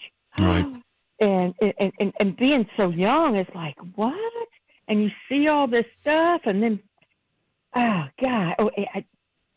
It's just a good piece of history that we would live through, and all these people that called, too. Yeah, I'm just real blessed. Yeah, I think there are certain things that events that everybody remembers where they were. And like I said, the Challenger disaster, I remember exactly where I was when I heard that. The 9/11, of course, I have some personal stories about being in Washington on that day and ending up at the Pentagon. But I will never forget that day. And I remember walking home. I lived only about a block and a half from the school with my friend Alina Young, who was my neighbor next door, and we were talking about this on the way home. I mean, it was really something that, it was the only thing that people were talking about. It impacted, I think, everyone in America in a very dramatic way. And I, for one, will always be thankful that the principal of that little school had the presence of mind to allow us in some way to witness history while we were at school. Well, listen, I'm out of time, but great stories. Thank you so much for sharing. 50 minutes now past the hour of 4 o'clock on Super Talk 99.7.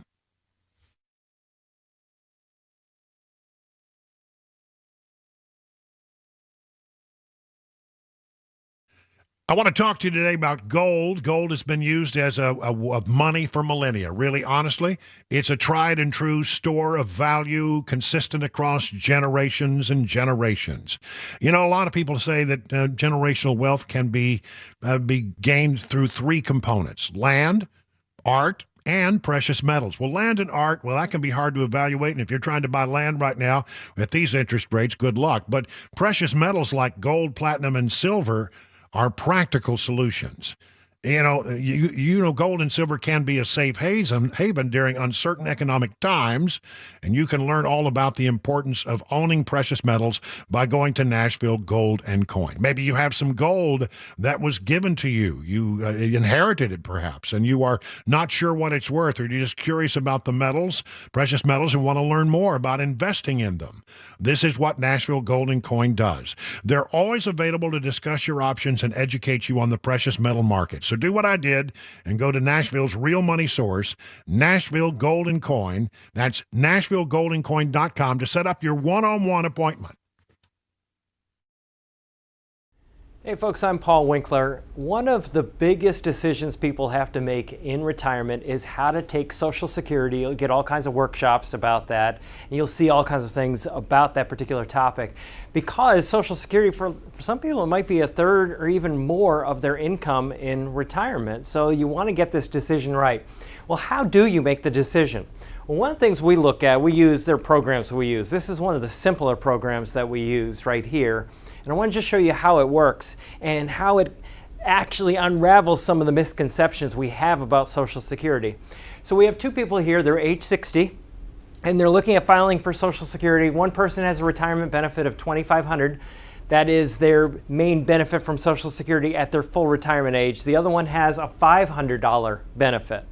And what we can do here, which is kind of cool, is look at this and say, okay, well, what if we have this person has that life expectancy and that person has that life expectancy there? And then what we do is we assume a certain cost of living increase in Social Security. What would be the optimal for taking the benefit where they get the most benefit or the most bang from their buck? And where we see the star, that shows that we would have the best benefit. Now, this is one person filing at age 67, the other person at age 70. Well, a lot of people think, well, I retire, I have to take Social Security at the same time that I retire, and that's not necessarily the case. As you can see here, one may take it at one age and one may take it at another, even though they're the same age right now. Now, the other thing we can do is say, well, what if I took it early? What if I took it at this particular age right here, where one person's 65 and the other one's 65? You can actually see how much it could cost in benefits.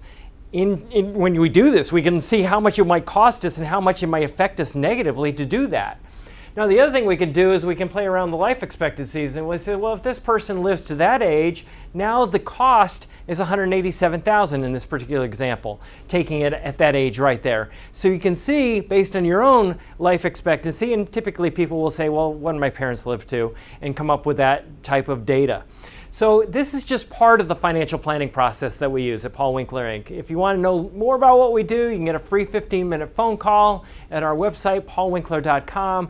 We do financial planning, full financial planning. We do investing education and investing. We actually help people through those decisions, helping them set up their 401ks and those types of decisions, as well as risk management. But we don't get paid on commission. That's what makes us so different from other firms out there that do what we do. So if you want to find out more, go to paulwinkler.com.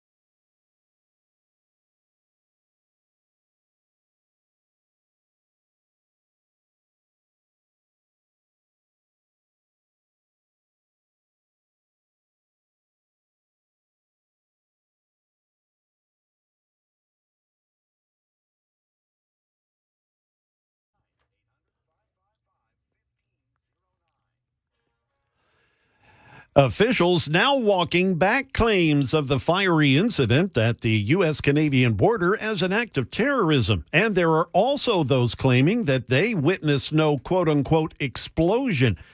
We also have details on an officer-involved shooting in Murfreesboro that leaves a suspected robber dead.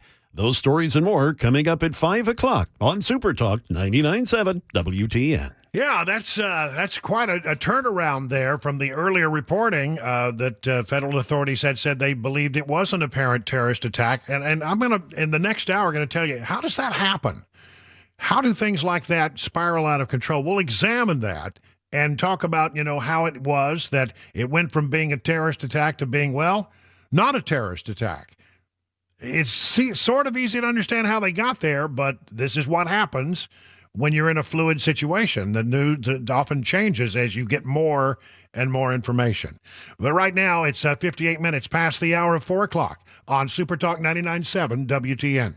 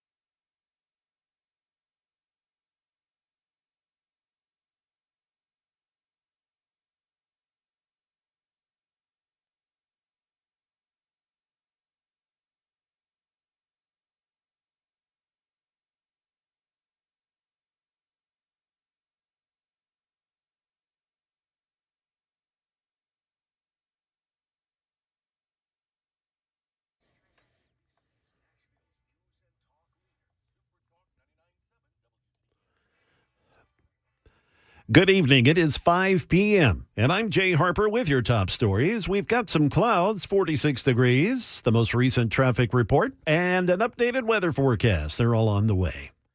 New York's Governor Kathy Hochul saying that there is, quote, no indication of a terrorist attack. That's concerning an incident earlier today at a U.S. border checkpoint in Niagara Falls, New York. A vehicle exploded at the Rainbow Bridge crossing near Niagara Falls when the car went through one security checkpoint, was directed to a second one, and then security footage shows the vehicle speeding up and crashing into the second checkpoint. Here is Governor Hochul. At this time, there is no indication of a terrorist-involved attack here at the Rainbow Bridge in Western New York. Now, there are those, we just said it, that are saying the incident was an explosion, but there are some that are questioning that. Metal on metal. That's the distinct sound heard by witnesses at the scene of today's incident at the U.S. border checkpoint. A senior U.S. official tells ABC News that the car was on the U.S. side, headed over to Canada. Niagara Falls tour guide Ricky Wilson, he tells us that contrary to what's being reported, he did not see an explosion. We all heard, the people in the building heard it, the metal on metal. Then all of a sudden I saw black smoke and then fire. There was no explosion. Again, this story just continues to update itself. We will continue to have that for you. Here closer to home, an officer shot and killed a man who tried to rob two Murfreesboro businesses early this morning. The victim is a 44-year-old man from Murfreesboro. The Murfreesboro police spokesman Larry Flowers says that officers responded to an armed robbery of an armored truck at an ATM on North Thompson Lane this morning. Flowers then says that the suspect approached a worker at the ATM and tried to rob him. He then went, the suspect that is, into Jason's Deli located nearby and tried to rob the business there. The man was then confronted by police. Here is more from Officer Flowers. Once our officers arrived, one of our officers confronted the man, gave him various commands to produce his hands. He did not. After many commands, repeated commands, our officer had to discharge his service weapon. The identity of the suspect who was killed has yet to be released. That is the latest news. We've got traffic and weather on the way. I'm Jay Harper, WTN News.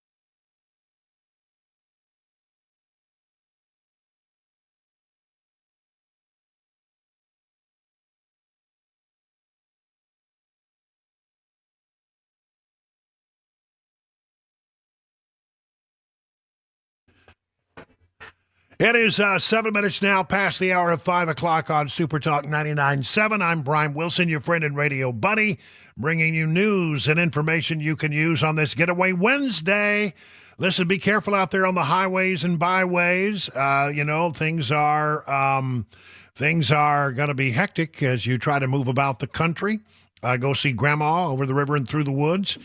I'm going to take a little drive down to Birmingham on Friday and see some of my family that are all gathered down there. So, take it easy. The State Patrol is supposed to be out there in an enhanced presence in the state of Tennessee. So you've been warned. Be careful. If you've been with us earlier today, you know that we were on high alert. Because there were, I've got here in my hand, 5 stories where federal authorities are quoted. They don't name the sources generally, but they say federal sources say that we had a terrorist attack today at the bridge between Canada and the United States. There was a car that ran into one of the checkpoints there, and I don't know. Some people say it exploded. I've seen the pictures of security cameras there. I don't know if I would say it was an explosion, but it's a hell of a fireball. And there were reports that it was packed with explosives. I mean, then the FBI was rushing their terrorism task force there. And you also had, the ATF involved. And there were concerns that a briefcase found on the scene might be also contain explosives, and they were concerned about that. I mean, all of this stuff was leading them to say, we have a terrorist attack, and we need to shut down airports, and we need to close down the bridges, and we need to go on high alert. And then now they come back and they say, well, we got a little more information, and our initial assessment of the situation was wrong, which can happen in a breaking news story. I always try to say that to people. Some of the stuff that we're going to tell you, I promise you in a few hours, will be wrong, but we give you the best information that we have. And the best information was federal authorities believed, at least initially, that it was a terrorist attack. I mean, you don't brief the president on a local incident. You don't brief the Prime Minister of Canada on a local incident. You don't shut down bridges and airports, and you don't put the nation on high alert. But all those things did happen because there was a moment where they suspected it was. So you got to ask yourself, how does that happen? Well, before we move into that, here's a little bit of Kathy Hochul, who is the governor of New York, gave a press conference a little while ago, who's put all that to rest, said so far, as we get deeper into it, we don't think it was a terrorist attack. Other law enforcement officials, I've been joined by Andy Bowker, who's the special agent in charge of the Customs and Border Patrol. I was also briefed by the SAC from the FBI. Also is on the phone with Secretary of Homeland Security Mayorkas. The FBI Director, Christopher Bray, has reached out. The White House has reached out. My staff has been in communication with all of them. I spoke with Senator Schumer, Senator Gillibrand, Congressman Higgins, local law enforcement, as well as local elected officials, because the world is watching to find out what happened here. And again, at a time when there's such high anxiety, stress levels are already high, and we've been on heightened alert since October 7th. That's why it's so important for me to stand here and tell the world, based on what we know at this moment, and again, anything can change, there is no sign of terrorist activity with respect to this crash. We have identified that this is a local individual, a Western New Yorker. 2 individuals died in the vehicle. The Border Patrol individual working in the booth was injured. The booth literally protected that individual. They went to the hospital with minor injuries and have been released. There is also, again, the busiest travel day of the year, there is a major disruption. And first of all, our cross-border travel. Right now, the Rainbow Bridge will remain closed while law enforcement continues investigation. Again, this is a large, widely scattered scene, and we're trying to identify all the elements to make sure that there is no unforeseen situations that we need to address before we can open again to the public. We're going to make sure the public is safe before they go back on the Rainbow Bridge. Also make sure the structural integrity of the booths, also very important. Our state DOT will be involved in that as well. The Whirlpool Bridge in Lewiston, Queenston Bridge opening early this evening, probably open by now. Can anybody confirm that? Yeah. We're open now, okay. So they did reopen the bridges, and they are starting to let things return to normal. But you got to ask yourself, how in the world can this thing initially be framed as a terrorist attack against the United States? Well, I'm going to tell you how that happens. There is always a thing that is being updated on a daily basis in law enforcement circles, especially, by the terrorism people, and by, it reaches the highest levels of law enforcement around the country and governors and others. And it's called the threat matrix. And we have Christopher Wray, the FBI director, talking about this just the other day. Here's what he had to say about that. Ago, on top of the homegrown violent extremist and domestic violent extremist threat, we also cannot and do not discount the possibility that Hamas or another foreign terrorist organization may exploit the current conflict to conduct attacks here on our own soil. We have kept our sights on Hamas and have multiple ongoing investigations into individuals affiliated with that foreign terrorist organization. So they were watching, and they're always on alert, but they were at an elevated level of alert on a federal level ever since October 7th because of concern that somebody from Hamas, or somebody who was sympathetic to Hamas, might take a lone wolf kind of action. And then there is this, I found this in the postmillennial.com, and this was issued before the incident occurred this afternoon. This was out there suggesting that New York officials in particular were on an extremely high level of alert that something might happen. Listen to this story. As the war between Israel and Hamas rages on, experts at the New York State Intelligence Center have warned that the Empire State could be a potential target for Islamic terrorist attacks. In the weeks since the Iranian-backed Palestinian terrorist group launched its latest wave of violence against the Jewish state on October 7th, New York Governor Kathy Hochul has earmarked $2.5 million to help ramp up security and ensure that the Joint Terrorism Task Force has the staff necessary to properly detect potential threats. According to CBS News, the center noted in its threat assessment that evidence pointing to an increased terror threat to New York State. Quote, the expansion of Israeli operations against Hamas in the Gaza Strip and the increase in civilian casualties raises the likelihood that a violent extremist threat actors will seek to conduct attacks against targets in the West, with New York State being a focus. The report continued. Terrorist messaging has placed focus on attacking soft targets such as protests, group gatherings, and other public events. The report noted that in recent weeks, both anti-Semitic and anti-Palestinian sentiments online have helped fuel an increase in hate crimes targeting Jews and Muslims alike. Now, here's where it gets interesting. Hochul is quoted in saying a few days ago that the threats were not limited to New York City and that she and her team were working with all law enforcement, federal, state, and local. On Tuesday, she announced a 4-pillar plan to keep residents safe from extremism, which included increasing security at physical locations, making the digital world safer, calling out social media companies who have failed their responsibility, and creating resources for parents and schools to assist the spread of harmful ideas. And they go on to say that she made a very big point of saying it's not just New York City. We're concerned about all of New York State. Now, that indicates that they had something in the threat matrix that made them on really, really high alert. Very high alert. So you have a thing that happens, and it turns out, well, it's not what we thought it was, but in the initial going, the federal authorities who were called by reporters said, we believe this is an apparent attack against the homeland. We believe this is a terrorist attack. But then with the passage of a little bit of time and the sorting out of facts in a chaotic situation, you end up with a different take on it all. That it was not a terrorist attack, apparently, although they're still investigating to figure out exactly what it is. But it was the reaction that you have there gives you every reason to believe that for a few moments, while they were sorting out the facts, that's what they believed.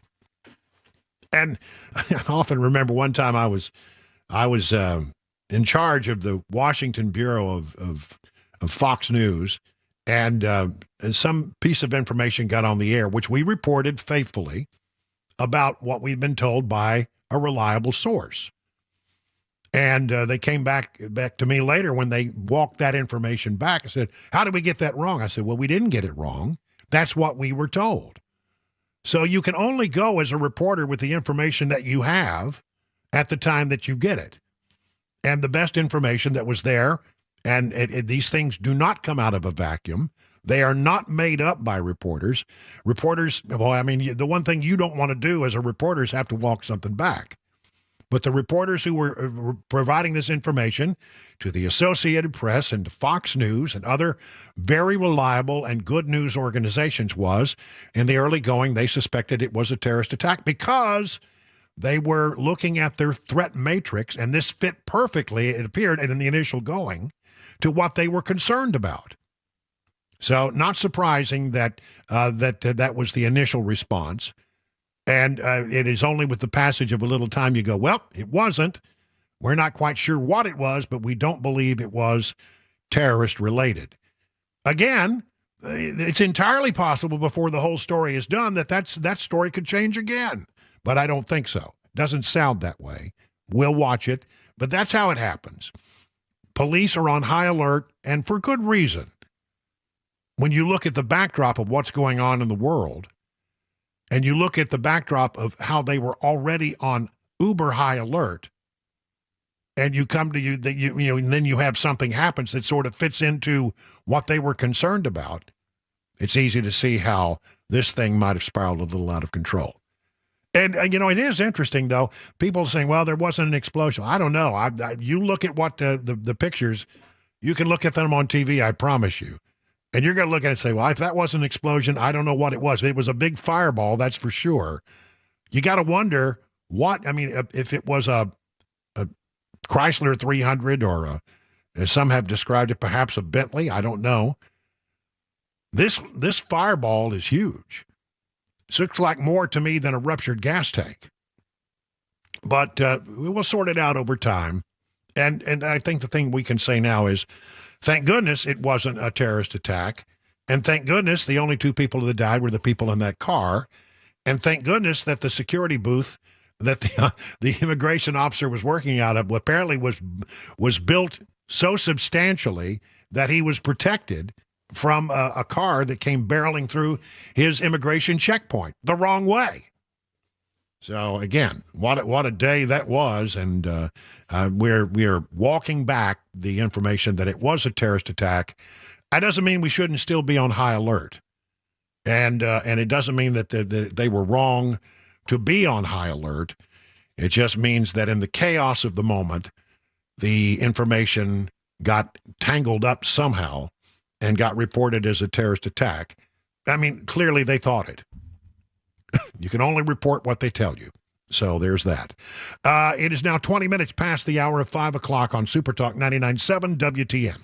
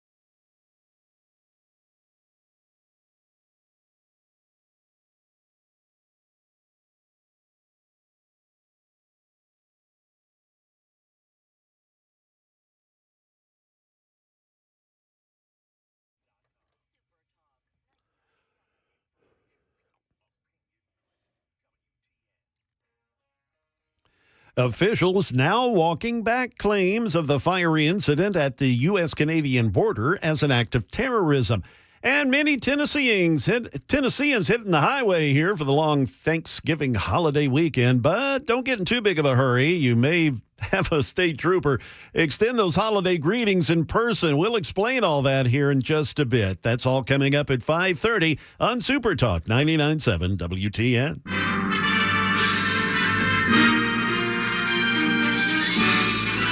Spanning the globe to bring you the constant variety of sport, the thrill of victory, and the agony of defeat. That's right, it's time for Mac Morey's Wide World of Sports. Here's the man, the myth, the legend. You know him, you love him, you can't live without him, the one, the only, Mac Morey, ladies and gentlemen. Woo! Oh, yeah. The man, the myth, and the legend. Yeah, the man, the myth, and the legend. I appreciate that. Good evening, Brian. How are you, man? I'm doing very well. I'm glad that we can, for a while we weren't going to do this today because we thought we'd be in high breaking news mode today. Of course. But we have a little clearer understanding of what happened, and we turn to our regular programming, of which, of course, this is Appointment Radio, the time that we spend here with Mac Morey. So, Mac, what are we going to talk about today? Well, tomorrow, of course, is Thanksgiving, Brian. And, this holiday was built for me, man. I mean, this is an excuse for me to just sit down, eat, and watch football. I mean, if you don't love this holiday, I don't know what you're doing. You just get to eat and watch some football. And actually, tomorrow, the NFL is actually going to put out a decent product. There are some good games tomorrow, which usually Thanksgiving football, it's just like, there's maybe one decent matchup, and the rest are like, oh, okay, snooze fest. This is the perfect time, a post-turkey nap. Okay, don't care about this game. Yeah. But tomorrow, 11:30, 3 games on tomorrow. They start at 11:30, Packers and Lions. So this will be an NFC North rivalry matchup in Detroit. This is a Detroit team that's just been, come on. How tragic has this franchise's history been for decades now, just seeking any sort of iota of hope. They have that now. This is a good Lions team on the year, 8-2. They're set to win this division. We'll be watching that game. Miss Dawn, is from Michigan. That's right. Oh, okay, great. So she's interested in watching that one. Well, the Lions will be favored in this matchup against the Packers, but this is a Packers team that's started to catch some fire here. A close win last week against the Chargers, a close loss against a good Steelers team at Pittsburgh the week before, and then they blew out a Rams team. So this is a 4-6 Packers team that's just trying to kind of vie their way into the hunt, into playoff contention. So we'll see a rivalry game at Detroit to start off our morning. And then, of course, you can't have a Thanksgiving football day in the NFL without the Dallas Cowboys, America's team. They will be I saw that eye roll. Yeah. At Jerry Jones World, they'll be at AT&T Stadium hosting the Washington Commanders. So another division rivalry game, 3 matchups, 3 division rival games, and they'll be taking on the Washington Commanders. And so this is a Commanders team similar to the Packers, just trying to stay in the hunt. They're at 4-7. They've got a guy in Sam Howell, who's a rookie quarterback who, you watch him, you wouldn't think, but he leads the NFL, I believe, unless it's changed just this week. He's either first or second as far as passing yards are concerned. So they love to sling it around the yard. This is a Cowboys defense that'll make it tough to do so. But nevertheless, this is a Commanders team that's going to fight with all their might for a win. That's a long-running, sort of rivalry there. I remember 100%, as a kid watching the Cowboys and the then Redskins back in the day. When it was a tradition that you watched that game every Thanksgiving. And boy, I remember that back to the days of Roger Staubach. How wonderful some of those games were. They were tremendous games. Yeah, and this one could be tomorrow. We'll see. The Cowboys have clearly a lot more talent, but the Commanders can come in planned, ready to go. The trade deadline kind of emptied out some of their best defensive weapons for the Commanders, but we'll see what happens tomorrow at Dallas, a game that I'm sure the Cowboys are looking to win to remain in contention for that division, which the Eagles are still leading at 9-1. My Chiefs couldn't help them out this Monday. 49. Yeah, it's okay. 49ers at Seahawks to close it off, and this will be another good game. 49ers, they went through a little rut there with a loss streak. They're still 7-3, and the Seahawks in that NFC West at 6-4, just a game back. So at Seattle, the nightcap, going to be fun, and word just came in today from Adam Schefter, that starting quarterback for the Seattle Seahawks. Geno Smith will be good to go, was dealing with an injury. He is cleared, and that makes that matchup, obviously, a lot more fun, a lot more competitive. So excited to watch that in the nightcap. All right. Well, that's a great wrap up there. It's going to be some good football tomorrow. There's some football. Football. Well, thank you very much. I know you're on doing some other things around the station today. Thank you very much Yeah, for no worries. stepping Thank you. in. It's time for news with Jay Harper over in the newsroom. It's 5:30.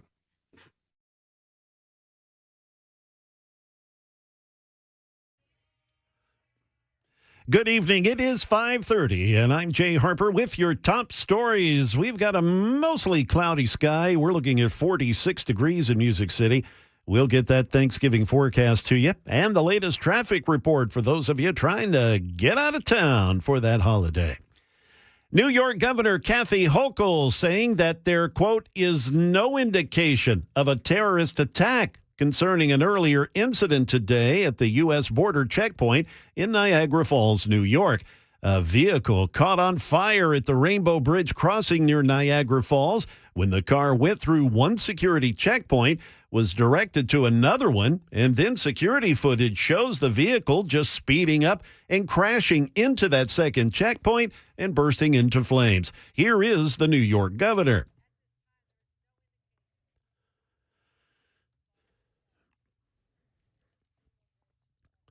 A poorly timed tragedy at the U.S. border in western New York. Two occupants of a vehicle that barreled into a security checkpoint died in that fiery crash today.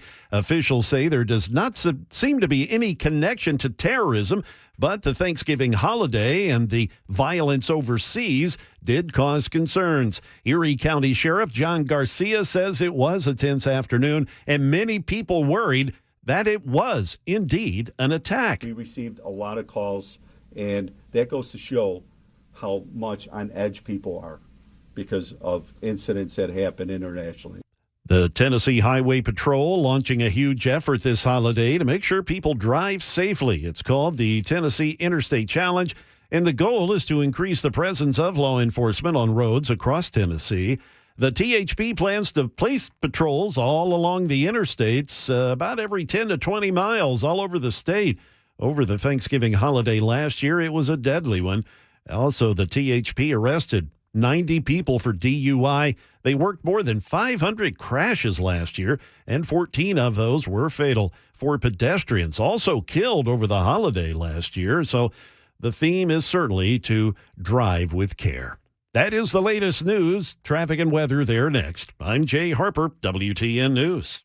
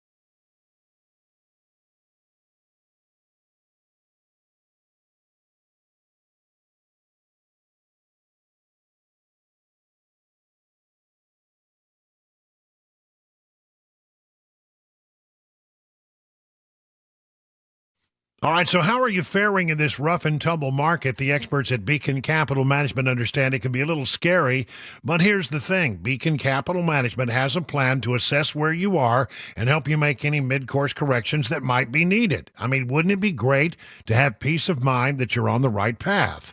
Beacon can provide you that reassurance. It starts with a simple phone call. The experts at Beacon will take it from there. I mean, you have nothing to lose except for all the worry. So get started today by calling this number, 615-488-9303. At the end of the process, you'll be able to rest easy knowing you have a plan that meets all your retirement goals. Replace the worry with confidence that you're on the right path. Again, that number, write it down if you can, 615-488-9303. The experts at Beacon stand ready to take your stress away, and you can learn more at their website, askbeaconnow.com.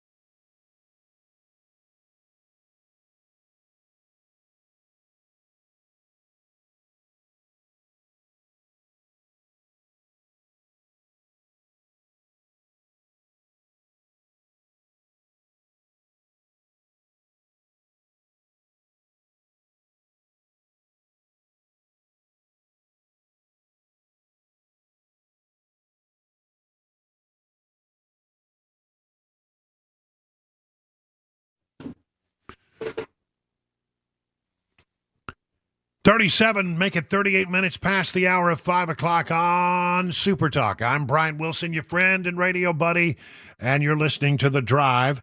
And it's time. Let's do this thing. I like to do this thing. It's called a 2024 update. You know, we're really only a couple of months away from the first Iowa caucuses. So we're getting close and close to the actual action. And so it's important for us every day to bring you up to date on where things stand. I'm going to spend just a moment talking about the numbers that are out there on new polls because they are remarkable. Again, there is a trend, an undeniable trend that's underway, and I'm gonna tell you all about it. All right, you ready? General election matchup between Trump and Biden, which may or may not end up where we are, but at least that's what we're going with right now. In a two-way matchup, Trump leads Biden by 4 points. Now, that's still technically within the margin of error, but it's getting very close to being outside the margin of error. And then if you take what we really are likely to have, which is a 4 or 5 way matchup. Now this is West, this is Kennedy, this is Marianne Williamson thrown into the mix. Trump leads by 6 in that 5 way matchup for the general election. If the general election was held today and there were 5 candidates, this doesn't include Manchin, it would be Trump plus 6, which I believe is outside the margin of error.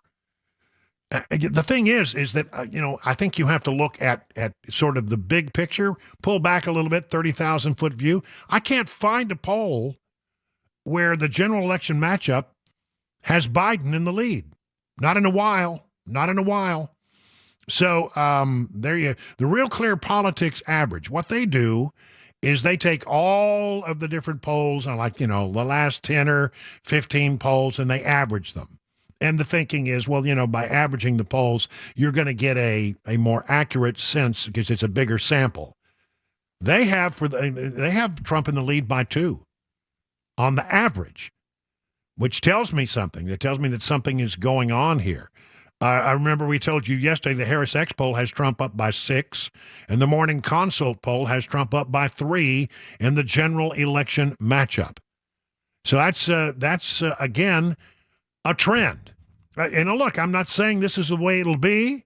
I'm not even saying these are the people who are going to be matched up. I'm just saying that a snapshot taken today shows that there is a definite trend toward Trump and away from Biden. And you'll be hard-pressed to find any general election matchup poll which still has Biden in the lead. So, you might find one, but the vast majority of the polls out there are showing that there's some movement, some momentum, and you always want to watch what? I say it all the time. Watch the trajectory. Watch where it's headed. Watch to see whether there's a trend. And the trend is definitely, as far as I can tell, it's toward Trump and away from Biden. And then when you look at all the stories out there, a lot of them are about how bad the situation is for Democrats. And, when we are listening, I love to listen in to the conversation that the Democrats are having among themselves about all this. Boy, there's a lot of gnashing and wringing of hands and gnashing of teeth and crying in their post-toasties. Washington Post, which of course is a organ of the left, is got a story out talking about how the Democrats' border problem is getting serious. Now, it's interesting to me. I think it's serious because I think it's a national security concern. The Washington Post thinks it's serious because it's hurting Biden in the poll numbers.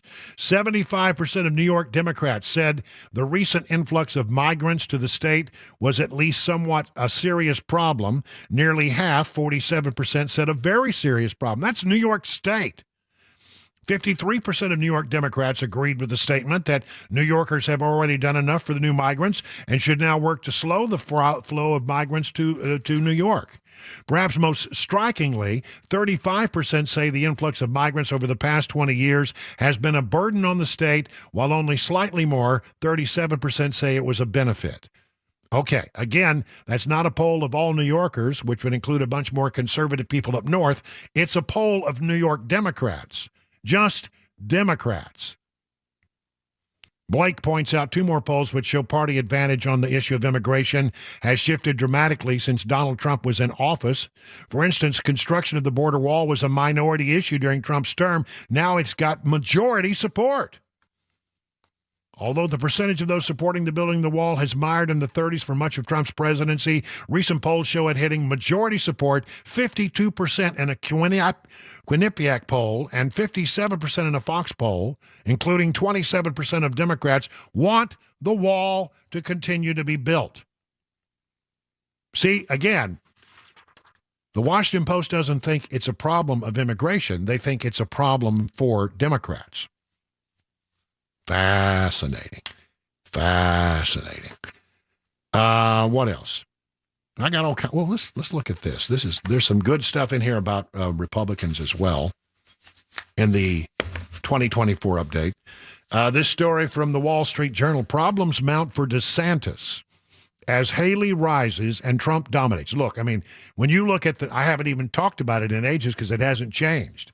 Donald Trump is by and far the nominee and the choice of most Republicans. Now, Ron DeSantis may have 10 or 11%, but really, and if you look at some of the more recent polls, the person who's now coming in a distant second, but second nonetheless, is not Ron DeSantis, but Nikki Haley. And when you look at Nikki Haley's numbers and you ask the question, what if it were a Haley versus Biden run? Nikki Haley would win by a landslide. Most people say it's like between, he would be a 10 to 12 point win for Haley if she were to go head-to-head against Biden. So something going on with Haley. Whether or not she can turn that around and get the nomination seems unlikely. I mean, she's like 30, 40, 50 points behind, depending on which polls you look at, Donald Trump. But if she has a good run in Iowa and she has a good run in New Hampshire, and then she gets to her home state of South Carolina, I don't know, things might change. I still think it's going to be hard to beat Trump, but it now appears that the person to watch, if there's anybody who can take on Trump, it would be Nikki Haley at this particular point. But one way, if she got the nomination, it seems pretty clear she would do very well in the general election if the election were held today. All right. Anyway, just watch Haley because she is now taking over the second place position in a lot of polls, and Ron DeSantis is slipping to third. I got another story here. Let's see. Yeah, Charleston, South Carolina has elected its first Republican mayor since 1877. Now, what's going on in South Carolina? Well, listen, in the state of, you would have to say that the state is more red than blue. But when you get into, it's a lot of places. Like Nashville is blue and everything outside of Nashville is red. That's the same way it is in many places. And although you would call, I would say that South Carolina leans pretty heavily red as a state. Within Charleston, South Carolina, it's one of those situations where it's been heavily blue. There has not been a Republican mayor elected in Charleston, South Carolina since shortly after the Civil War, 1877. William Cogswell won Charleston, South Carolina's November 21st runoff and will become the next mayor of the city, the first Republican to hold the seat since 1877.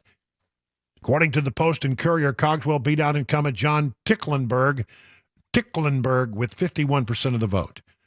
The city limits span across Charlton and Berkeley counties, and with Ticklenburg beating Cogswell by just 153 votes in Charleston County, and Cogswell coming in ahead of Berkeley County by 722 votes. So that's pretty interesting. I mean, is that a trend? Is that something we should look at? I'll tell you another guy. I saw this story and I thought, I'm not surprised by that. Matt Gaetz, controversial figure within the Republican caucus in the House, man who ran Kevin McCarthy basically out of the speakership and has been very vocal in his dislike for Kevin McCarthy. And how did that all play for Matt Gaetz? Is he a hero or a zero back home? Well, I'll just read this story. JustTheNews.com. Matt Gaetz at a 21% approval rating in Florida after the House Speaker turmoil. Florida Republican Representative Matt Gaetz is at a 21% approval rating in his home state, according to a poll taken right after Representative Mike Johnson became House Speaker after more than a 3-week-long contest that resulted after Gaetz led an effort to oust House Speaker Kevin McCarthy. While 12% of Floridians say they strongly approve of Gaetz, 9% say they somewhat approve, 57% say they at least somewhat disapprove or strongly disapprove of Matt Gaetz. This according to a Florida Atlantic University mainstream research poll. The poll does not show what Gaetz's approval rating is in his district, but it broke down the state by regions, including the Panhandle, which is considered Northwest Florida, which does contain his district as well as several others. In Northwest Florida, 20.9% say they somewhat or strongly approve of Gaetz. That's still not very high. It was a poll of 946 Florida adults conducted October 27th to November 11th. That was right after Mike Johnson was named Speaker on October 25th. He was one of the vacate 8 and really the leader of the pack, but not apparently setting very well with people in Northwest Florida from which he hails. Now, that'll be interesting to see how that plays out. It's 50 minutes now past the hour of 5 o'clock on Super Talk 99.7 WTN.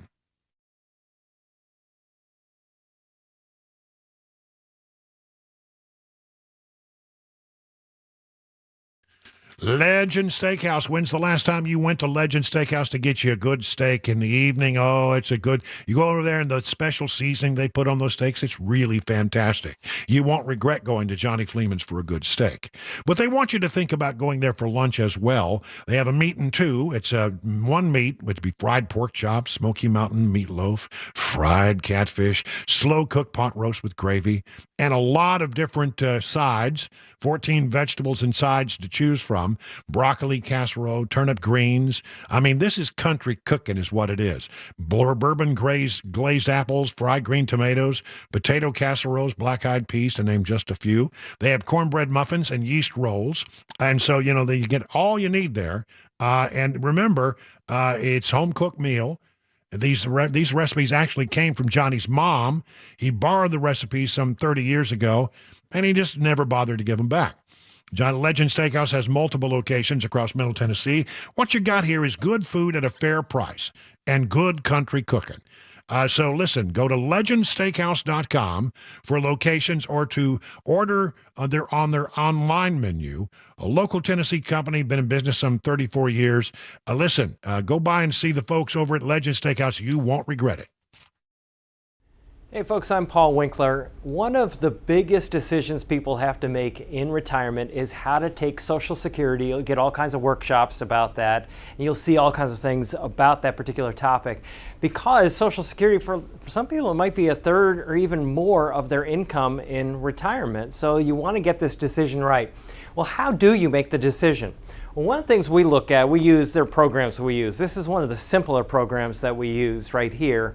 And I want to just show you how it works and how it actually unravels some of the misconceptions we have about Social Security. So we have two people here, they're age 60, and they're looking at filing for Social Security. One person has a retirement benefit of $2,500. That is their main benefit from Social Security at their full retirement age. The other one has a $500 benefit. And what we can do here, which is kind of cool, is look at this and say, okay, well, what if we have this person has that life expectancy and that person has that life expectancy there? And then what we do is we assume a certain cost of living increase in Social Security. What would be the optimal for taking the benefit where they get the most benefit or the most bang from their buck?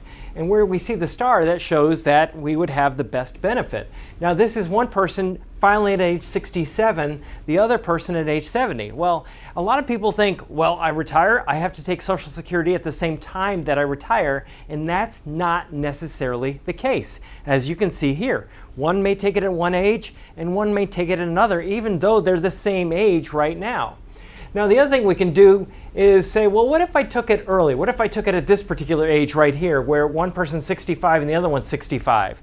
You can actually see how much it could cost in benefits. When we do this, we can see how much it might cost us and how much it might affect us negatively to do that. Now, the other thing we can do is we can play around the life expectancies, and we say, well, if this person lives to that age, now the cost is $187,000 in this particular example, taking it at that age right there. So you can see, based on your own life expectancy, and typically people will say, well, what did my parents live to, and come up with that type of data.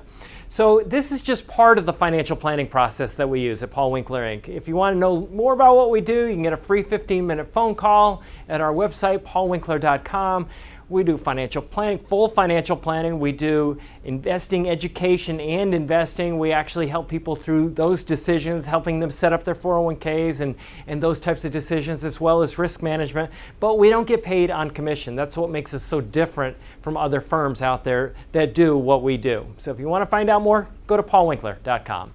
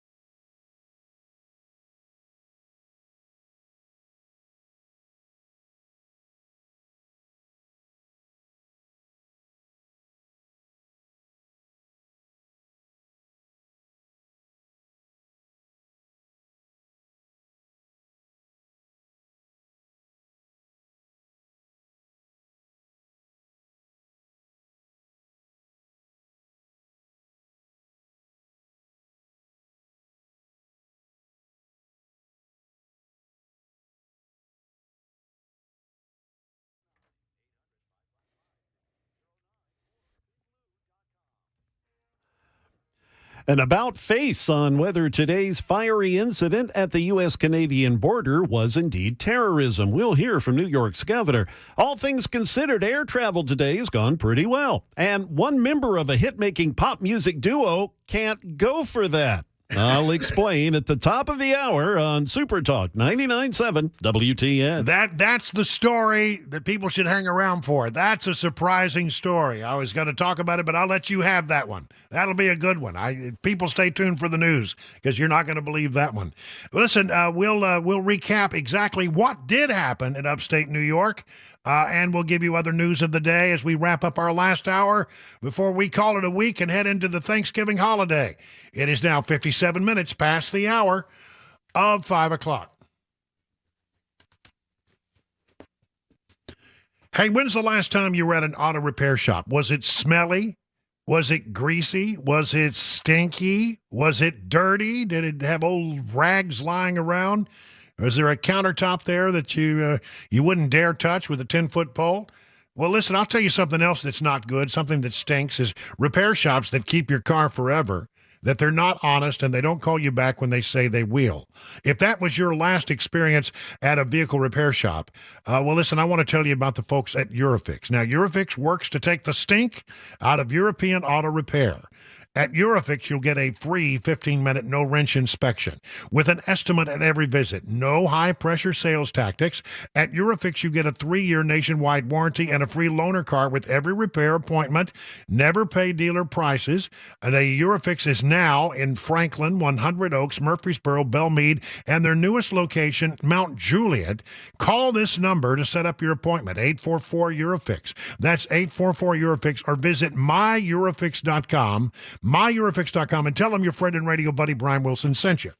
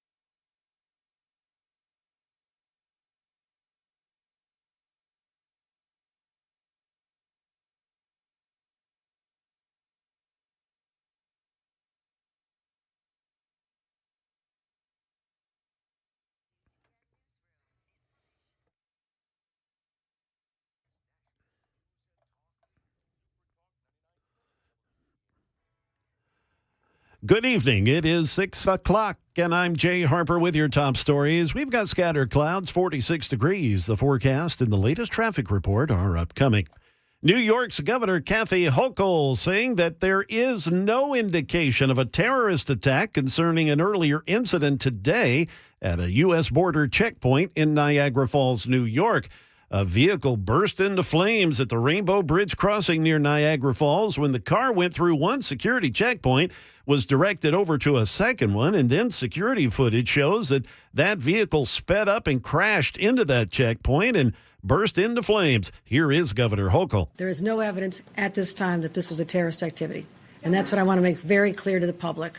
Airlines have had success this Thanksgiving travel week avoiding mass flight cancellations. Here's more from ABC's Alex Stone. Well, there have been thousands of delayed flights. The number of canceled flights has been surprisingly low on such a busy travel day and with weather on the East Coast. United and American Airlines saying they did not cancel a single flight on Tuesday, and American has not canceled one on a mainline aircraft since November 16th. This man traveling from Fort Lauderdale says it's been shockingly easy. Everything's been great, moving real smooth. But the challenge will be on Sunday when everybody is heading home on the same day. Nearly 3 million people in the U.S. expected to go through airport security just today. That's according to the TSA. Closer to home, an officer shot and killed a man who tried to rob two Murfreesboro businesses this morning. The victim is a 44-year-old man from Murfreesboro. The Murfreesboro police spokesman, Larry Flowers, says that officers responded to an armed robbery of an armored truck at an ATM on North Thompson Lane this morning. Flowers says the suspect first approached the worker at the ATM and tried to rob him. He then went to a Jason's Deli nearby and tried to rob those folks. But according to Flowers, the element that some people said where they saw the man produce a weapon, they are investigating that particular issue further. That's part of the investigation in terms of what type of weapon or if he had a weapon at all. That will be part of our internal investigation as well as the investigation conducted by TBI. The identity of the suspect is yet to be released. And finally, one half of the 70s pop duo Hall & Oates is suing the other half. Yeah, Daryl Hall, who is 77 years old, filed a lawsuit against his partner, John Oates. The lawsuit happened about, a few days ago, November 16th, here in Nashville. That's according to court records confirmed by Variety magazine. The following day, an official temporary restraining order was issued. That began on November 30th. According to the New York Post, the documents are labeled in the lawsuit as relating to a contract and a debt of some sort. That is the latest news. Traffic and weather there next. I'm Jay Harper, WTN News.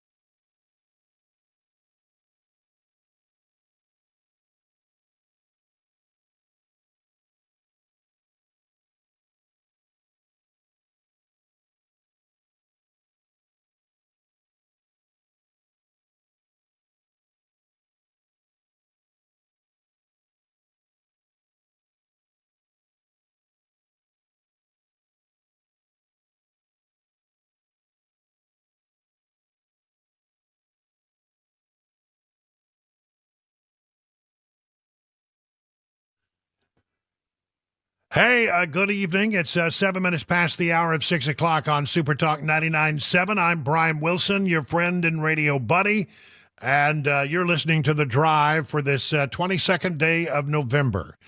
It's been an interesting day, I would say the least. We thought at the beginning of this show that it was entirely possible that the homeland had come under attack. We had not had a terrorist event in some time. But, given what's going on, when you have to look at, how did this all happen? How was it that they thought that something was going to happen? And then now they're coming back saying, never mind, it wasn't a terrorist threat after all. We were wrong. It was widely reported that federal sources were initially under the impression this was an apparent terrorist attack at the Rainbow Bridge in upstate New York.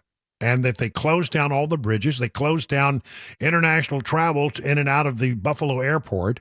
They sent a nationwide alert to be on an even higher alert than they already were. And we were told that airports and other parts of the country were going to upgrade their security even beyond where it was. The president of the United States was briefed about the incident. So was Justin Trudeau, the prime minister of Canada, who rushed to the floor of Parliament there breathlessly to talk about it. Mr. Speaker, this is obviously a very serious situation in Niagara Falls. There was a vehicle explosion at the Rainbow Bridge crossing. I've been briefed by the NSIA and the Minister of Public Safety. CBSA, RCMP, and Transport Canada are all fully engaged in providing the necessary support. There are a lot of questions, and we are following up to try and get as many answers as rapidly as possible. We are in close contact with U.S. officials, and we'll continue to work closely with them. And the federal officials were telling reporters at the very beginning of this is an apparent, terrorist attack. And it turned out that, well, as they learned more information, it wasn't. How does things like that happen? It happens because the threat matrix was highly elevated. Police have a thing called the threat matrix that they look at, and they take all of the intelligence they have, and they issue warnings to law enforcement about something that might happen. In the state of New York, it even reached the governor's office, and the governor had put out a statement just a few days before saying, we really want everybody to be on high alert, and this is a warning that extends not just to New York City. They went out of their way to say not just New York City, but the entire state of New York could well become a target of terrorists against the backdrop of what's going on in the Mideast. And the FBI director had already said they were on high alert that Hamas sympathizers might try to do something. So when somebody, accelerates to 100 miles an hour, according to eyewitnesses, and runs into a barricade right there at one of our international crossings, I think police put two and two together. They thought initially that the fireball was so big that there may have been a secondary explosion with the vehicle, and that there was a talk of the vehicle being packed with explosives. Turns out none of that was true. Turns out it was a local guy, not sure what got into him. He was pulled into a lane where he's supposed to get secondary screening, and he just gunned it. Went the wrong way back toward Canada. In fact, have you heard the eyewitness? He was walking his dog with his wife right there, and he saw the whole thing. My wife and I were walking down Main Street here, and the car was coming flying back here, like over 100 miles an hour. We could hardly even see me. It was going that quick. There was a car in front of him. He swerved around it, and then it looked like he hit the fence, and this fire started, and then all of a sudden he went up in the air, and then it was a ball of fire like 30, 40 feet high. I've never seen anything like it. It was really incredible. I'm sorry, sir. You were walking, where were you walking? We were walking up this way. Yeah? Yeah. And then describe it again. Okay, so we were walking up... Turn towards us. Turn towards us. Oh, sorry. Yeah. So we were walking up the road, and we seen this car coming down towards the border, and he was flying over 100 miles an hour. There was a car in front of him. He swerved out, went in front of the car, hit the fence, went flying up into the air. He hit, I think there was a elevation part. He went up into the air, and we just seen the fireball, and that's all we could see. It was just covered in smoke everywhere. So the car was coming from the U.S. into Canada, towards Canada? Yes, it was going towards Canada, yes. Okay, did it actually hit towards the bridge? Where was that elevated area? There was a fence there that's fenced off around there. It looked like it hit part of the fence because it's all damaged. And then it went elevated up, and then it went up into the air, and then it was just a fireball and smoke everywhere. And did you see officers like pulling weapons or doing anything like that? Not till later.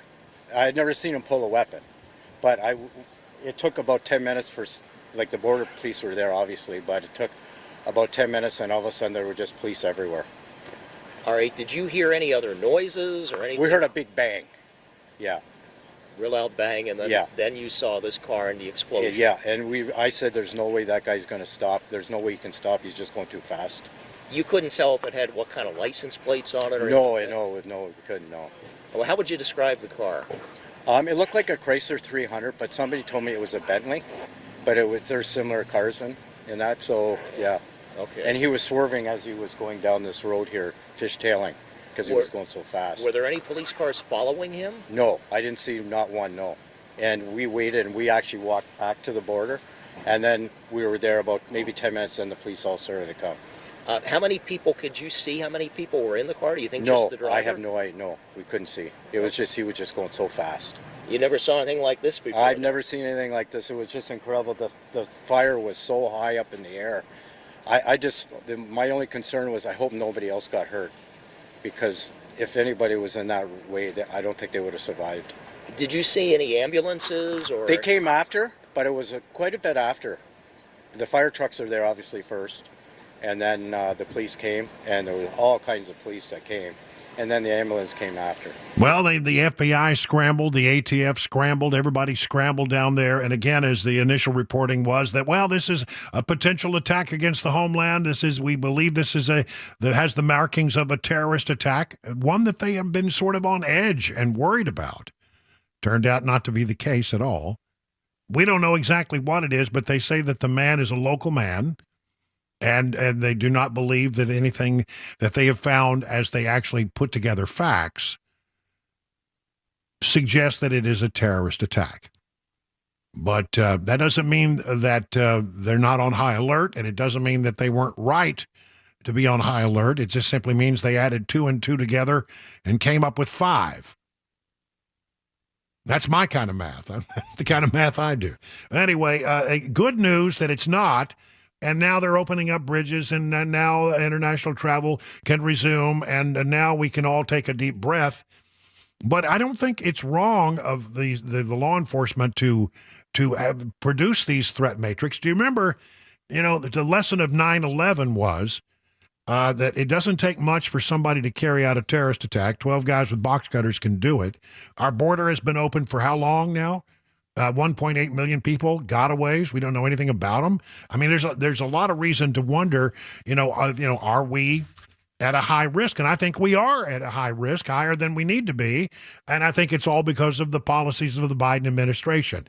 But I'm telling you, they believed this at the start, because you don't rush in to brief the prime minister. You don't rush in to brief the president of the United States. You don't start shutting down international travel and put everybody on high alert if it turns out, because it's a local thing. They believed they had the real thing. Turned out it wasn't.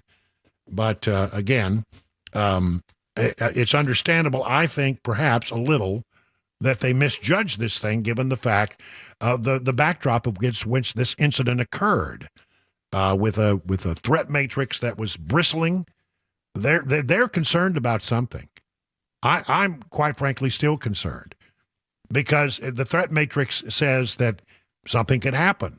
Something is out there. We are worried about this. We are tracking down the elements within the country that are sympathetic to Hamas. They actually evacuated Jewish community centers in Buffalo today out of an abundance of caution. Closed down government buildings, sent people home from City Hall out of an abundance of caution. Sometimes you need to act out of an abundance of caution, and again, sometimes your initial assessments at things are wrong. So there's that. That's how it happened. And we still don't really know exactly what was the motivating factor for this individual. And the story could change again. So we'll watch it. We'll see how things go forward at this time. But again, the initial reading was terrorism. The secondary, more reasonable, reasoned minds came in and said, no, it doesn't look like it is. Well, we know this guy. He's a local guy. Doesn't seem to have any terrorist connections. So whatever it is, it has passed, and we are fortunate that it wasn't, I think. All right. In a moment, we're going to be talking about a whole bunch of other stuff that is going on as we wrap up our last week. If you are headed to the airport, initially they said that they might be screening a little more intensely than they normally do at the TSA checkpoints.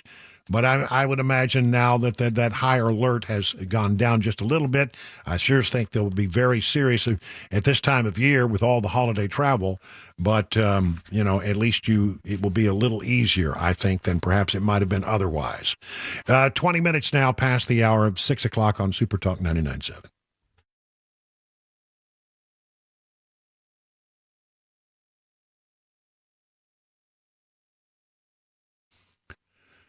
Let me tell you about the folks over at USS. In fact, what I'd like to do is I would like to do something different today. I'd like to read you what one customer had to say about the good folks at USS. Recently, says Joshua from Nashville, our foundation repaired by the team at USS, and it was an exceptional experience. They finished ahead of schedule. They kept us informed every step of the way and restored everything perfectly, even after digging deep into our lawn and tearing out concrete. Their professionalism and courtesy stood out, working seamlessly around the other vendors at our house and explain any changes that needed to be made up front. Communications was top-notch and friendly, making the process smooth. And what improved me most was the cleanliness. They contained the mess and left the site spotless. We got multiple quotes, and USS's was not only competitive but honest, without the unnecessary add-ons we saw from other vendors.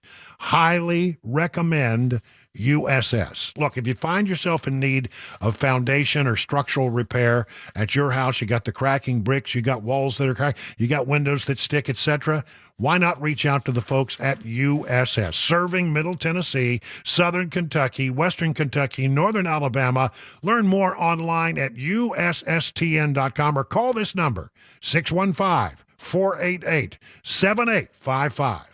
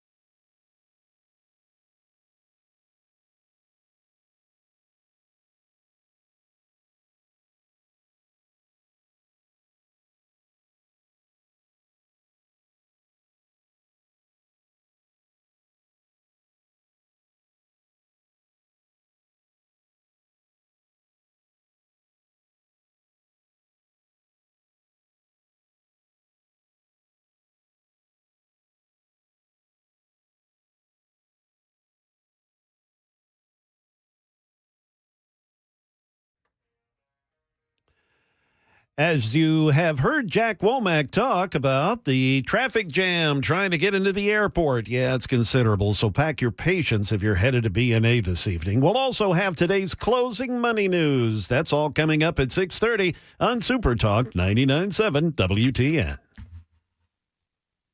Yeah, I think what that is, I've been thinking about that a little bit, Jay Harper. I think it has to do with the fact that the cell phone lot is some distance away. Yeah, it's 3 miles away. Yeah, 3 miles Brian. away, and people don't like to use that. Well, that and folks say that they just really weren't aware of where the heck they moved it to either. So that's causing quite a problem. Yeah, and so they get in. I remember one time somebody told me that in D.C., 50% of the traffic downtown, which was always just like molasses, was people looking for a place to park. I think 50% of the people there they're circling to either pick somebody up.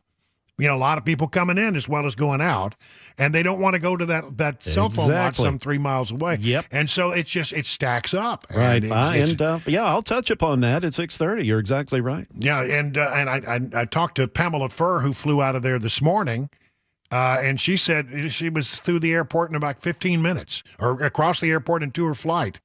So at certain times of the day, it is slow. But, people are getting off work. They got to get on a plane. They're going to go home for Thanksgiving, and this is when it gets really hectic. So, as Ken Weaver likes to say, pack your patience. You're going to need it. Let's see. I got some other stuff. Speaking of traffic, Freddie O'Connell, the mayor of this fine city of Nashville, he's been in office about 2 months now. And he's got his transition committee putting forth a list of recommendations and suggesting that he should consider, according to News Channel 5, putting a transit referendum on the ballot as early as next year. One decision you need to make very early is whether or not you're going to have a transit referendum to work on a dedicated source of funding, said Dr. Alex Jahangir, co-chair of O'Connell's transition committee. Jahangir suggested pairing a new transit referendum with the 2024 presidential election because it would help turnout. How about that? O'Connell, who campaigned on broadening Nashville's transit options, had 3 different committees look at areas of improvement for the city. Nashville's been down the road before with referendums, a move to expand to a rail failing in 2018. The AMP in 2014 would have intertwined a bus rapid transit effort from West End to downtown, and also got killed during Mayor Carl Dean's administration. I remember the 2018 thing, and we said we need to do something. We need to have a transit plan. There was talk about building a tunnel under Nashville, all these different options, and I simply said, you know what? I'm not sure that really works.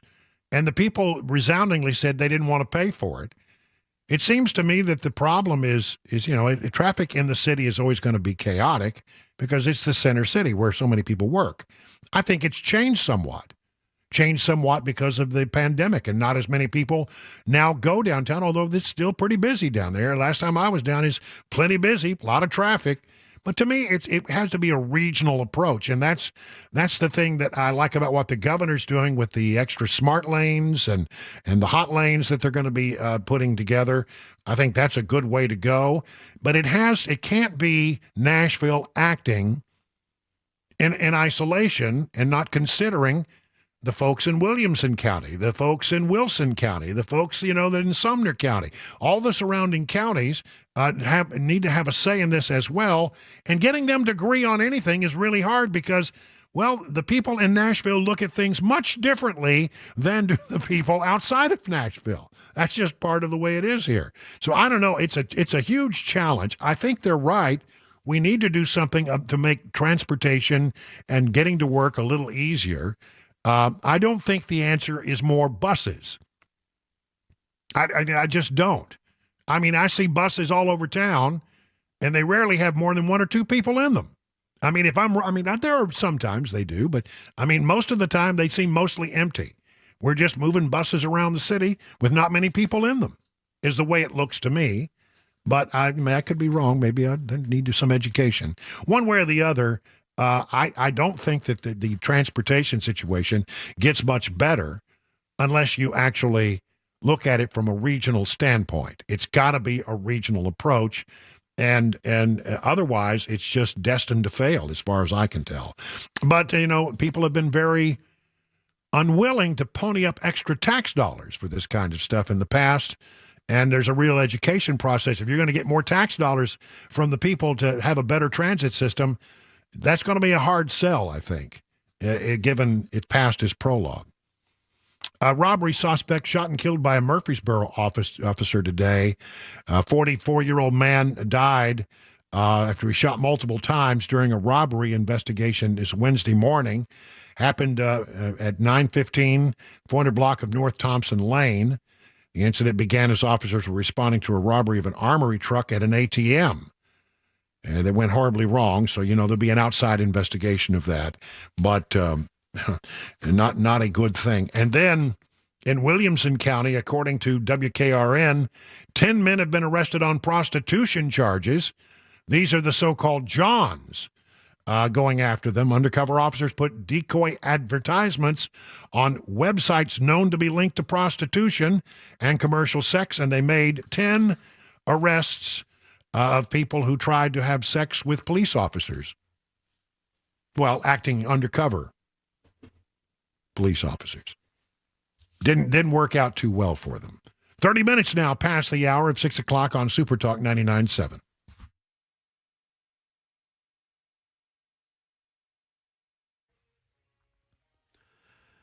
Good evening. It is 6:30 p.m. I'm Jay Harper with your top stories. We've got scattered clouds. We're down to 44 degrees. The full weather forecast and the latest traffic report, they're all up next. Although you're not allowed to idle at baggage claim or nearby Nashville's International Airport, people seem to be doing that anyway. In March, the airport replaced the 2 cell waiting lots next to the terminal with one that's 3 miles away off Murfreesboro Pike. The airport claims this had to be done for construction to begin on Donaldson Pike in the loop around the airport. For a better pickup process, however, the airport suggests that you do not enter that loop to pick folks up until at least 20 minutes after the scheduled landing time. Let's go ahead and check in now with Daria Albinger. She's got today's closing money news. From ABC News, Wall Street now. The markets head into the holiday break with some gains. The Dow closed up 184 points. The Nasdaq rose 65 and the S&P added 18 for the session. Stocks are on track for a 4th straight weekly gain. Trading was muted ahead of the holiday. The markets will be closed on Thursday for Thanksgiving and open Friday for a half-day session. Well, that didn't last long. Sam Altman is returning to Chat GPT maker OpenAI, the company that fired him just days ago.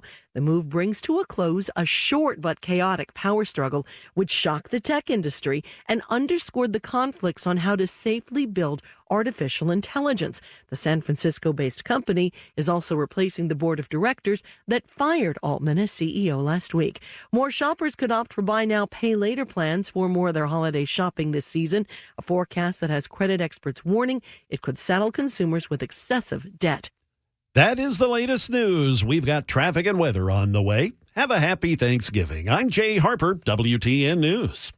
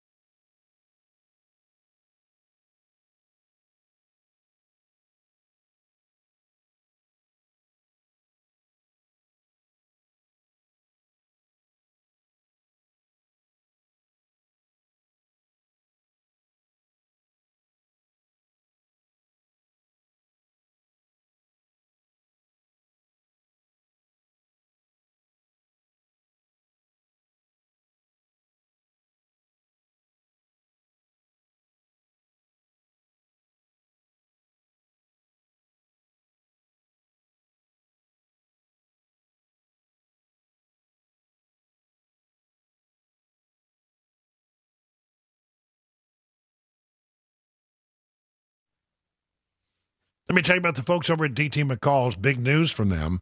If you've been thinking of buying a gun safe but putting it off, now is your time, because gun safes are sales tax free. That's right, sales tax free.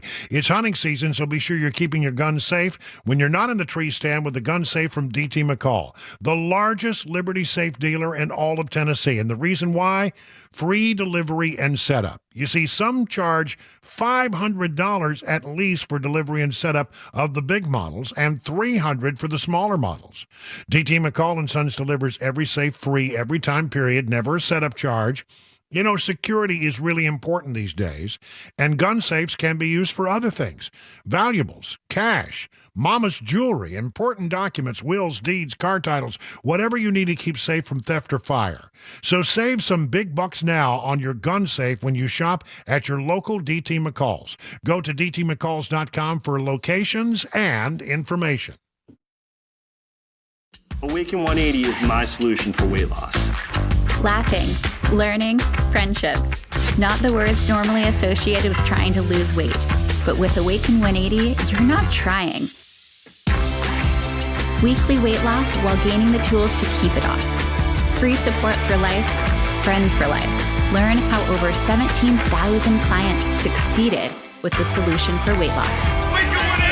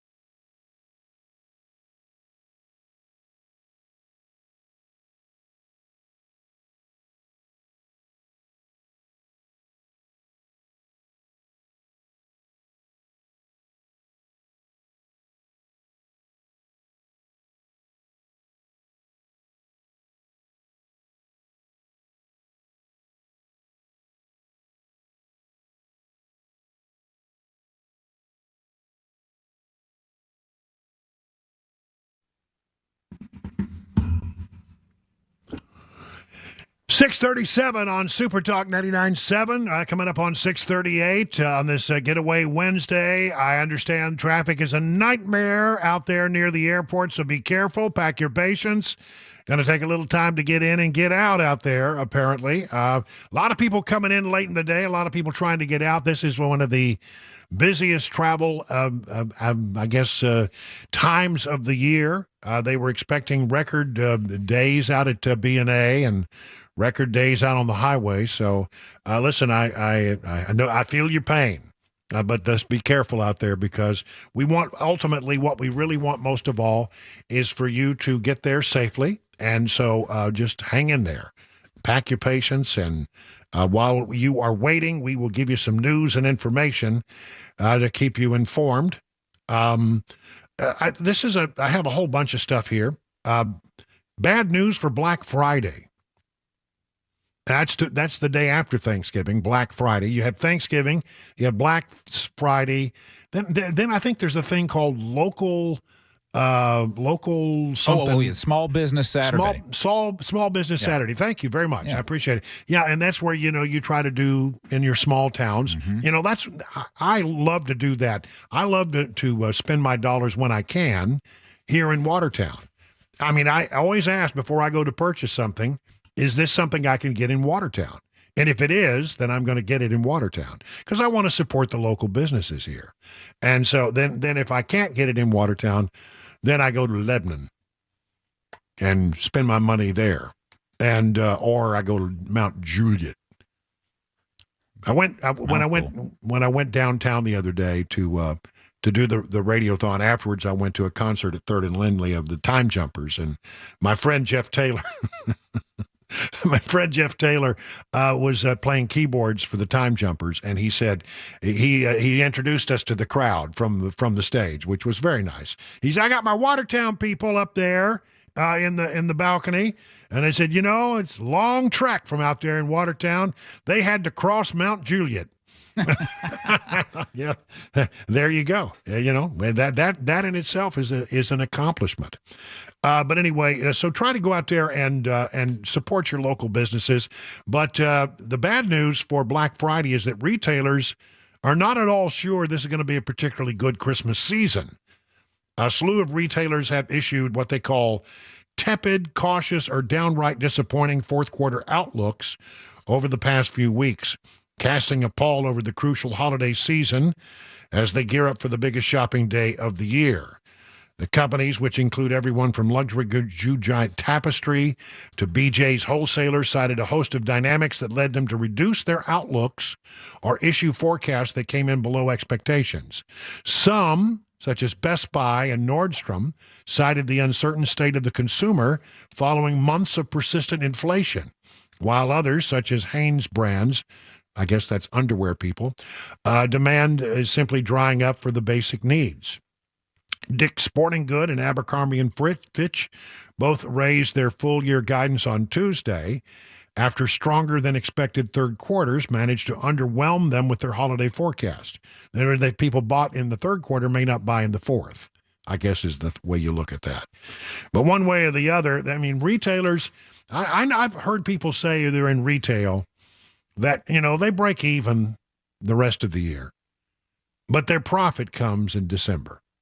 If they're going to have a good profit, then they got to have a great December. And so February, now it's November into December. The season goes a little bit longer than it used to, but I'm really curious to see how things go.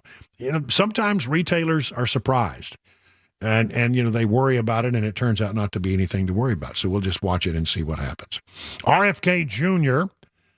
marked the 60th anniversary of his uncle's assassination, JFK, on this date in 1963. And he has released a statement honoring the anniversary of his uncle's assassination, and again called for release of the remaining classified assassination files. John F. Kennedy's assassination, left an indelible scar on the American psyche, he wrote. Everyone who was alive at the time can remember where they were on that day. And as we recounted earlier in this program, as people recounted their memories of where they were on that day in 1963.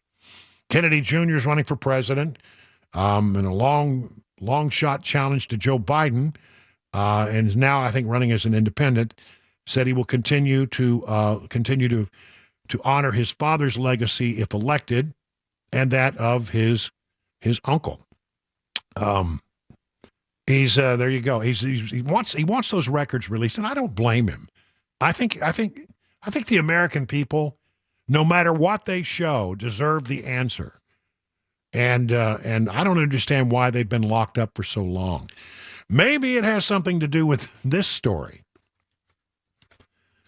JFK assassination doctors break their silence and dispute key government claim. Multiple doctors, according to the Epoch Times, who were in the emergency room with President John F. Kennedy at Parkland Hospital in Dallas, raised doubts about the official narratives. They are saying that they have doubts that there was a lone gunman responsible. The Federal Warren Commission established that 2 shots fired by lone gunman Lee Harvey Oswald. You know, in the first few days, I saw a documentary the other day on this. They called him Lee Harold Oswald. They got it wrong for the longest time. Lee Harvey Oswald, who was located in the 6th floor of the Texas School Book Depository, struck President Kennedy from behind as he was traveling in a motorcade in Dallas. One of the bullets entered his upper back and exited near his larynx, while a second bullet entered the right side of his head and exited via his forehead. That's what the Warren Commission said. The former president was breathing when he entered Parkland before he was pronounced dead about a half an hour later. However, what 7 doctors said in recent footage disputes the commission's claims. This is being put together in a documentary, JFK, What the Doctors Saw. She wrote for CBS News last week that the doctors' recollections were precise and clear, as if the intervening decades had melted away. Can you imagine that you would ever forget anything that happened that day if you were in that emergency room? Each of them reacted strongly when the autopsy pictures were projected on the screen. They didn't agree on everything, but it became obvious that the way the president looked at Parkland when he came in right off the motorcade did not match the autopsy photos taken at Bethesda even before the official autopsy began. He added that Parkland doctors had no agenda other than trying to save the president's life, but stipulated that those who witnessed the wound to the president's neck believed it was an entrance wound from the front of the neck, which would dispute the Warren Commission's findings. Several of them saw a gaping hole in the back of JFK's head. One of the clips of the documentary, several doctors recalled what was said by Dr. Malcolm Perry, the surgeon who attended to President Kennedy, also attended to Mr. Oswald, strangely enough. Mr. Perry, describing the throat wound, said he thought it looked like an entrance wound, which means it came from the front. Well, Oswald was behind him, right? So we were thinking that there were the 2 wounds. He had an entrance wound and an exit wound, and the only way we could put it together, and I thought that it was an entrance wound. Later, McClellan recalled he noticed something unusual after the press conference with Dr. Perry about the JFK assassination. When Dr. Perry left the room, someone came up to him who Dr. Perry thought may have been a Secret Service man and told Dr. Perry, quote, "You must never, ever say that was an entrance wound again if you know what's good for you." McClellan died in 2019 at the age of 89, said that he believed that in all the probability there was a conspiracy. He very much believed there was more than one shooter. Dr. Jones said that in retrospect, Mr. Oswald was in the 6th floor depository. How could he have shot him from the front? And so he believed that there was more than one assailant. I remember walking Dealey Plaza with my daughter, who had, at the 50th anniversary, they had studied it in school. And it became, they did several projects around it, in their history class or something like that. And she was very interested to walk to the grassy knoll, and look, and she walked every inch of it, trying to put it together. And, I don't know exactly what happened on that day. I was in the 2nd grade, and over the years, I've heard these stories. I remember that Senator Arlen Specter was part of the Warren Commission investigation and came up with the so-called magic second bullet theory about how it happened and how it ended up hitting also Governor Conley in the motorcade. He was in the same car with President Kennedy, and it is a remarkable tale that he lays out.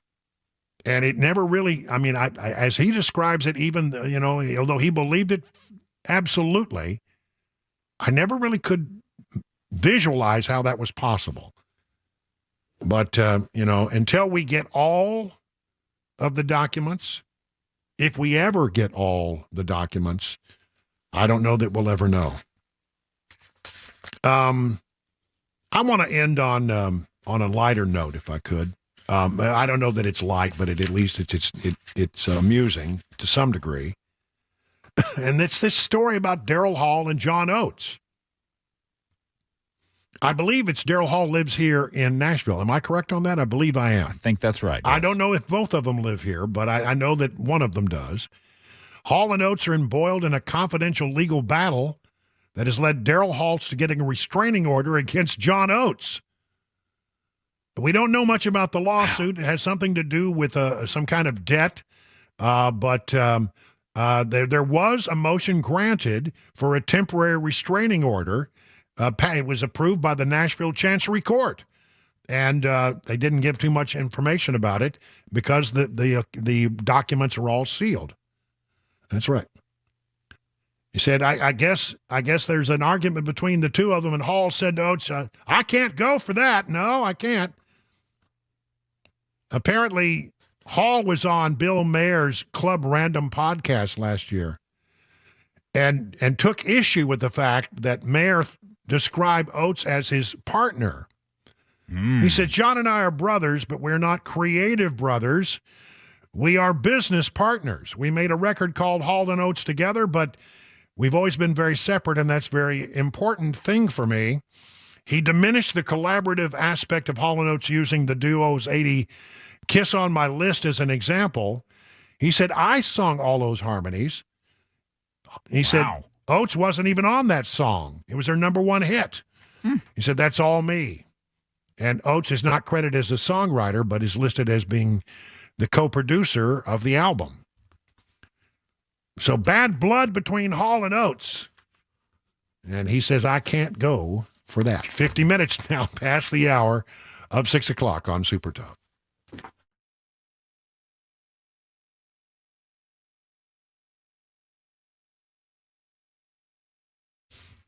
Well, here is something that you can go for. I'm going to talk about gold. Gold has been used as money for millennia. It's a tried and true store of value, consistent across generations. You know, some have observed that generational wealth can have three components: land, art, and precious metals. Well, land right now, boy, if you can get an interest rate that you can afford to buy land, that's one thing. Art is really hard to evaluate, but precious metals like gold, platinum, and silver are practical solutions. I mean, gold and silver have been a safe haven during uncertain economic times, and you can learn all about the importance of owning precious metals by going to Nashville Gold and Coin. Do you have gold that was given to you and you're not sure what it might be worth? You're just curious about what precious metals are all about? Well, given a time that where inflation is currently decreasing the value of your money, might be something to investigate. They are always available to discuss your options at Nashville Gold and Coin and educate you on the precious metals market. So do what I did. You're going to love this experience. Go to Nashville's Real Money Source. That's right, Nashville Gold and Coin, and you can set up your one-on-one appointment by going to NashvilleGoldandCoin.com. That's NashvilleGoldandCoin.com. Hey folks, I'm Paul Winkler. One of the biggest decisions people have to make in retirement is how to take Social Security. You'll get all kinds of workshops about that, and you'll see all kinds of things about that particular topic. Because Social Security, for some people, it might be a third or even more of their income in retirement. So you want to get this decision right. Well, how do you make the decision? Well, one of the things we look at, there are programs we use. This is one of the simpler programs that we use right here. And I want to just show you how it works and how it actually unravels some of the misconceptions we have about Social Security. So we have two people here, they're age 60, and they're looking at filing for Social Security. One person has a retirement benefit of $2,500.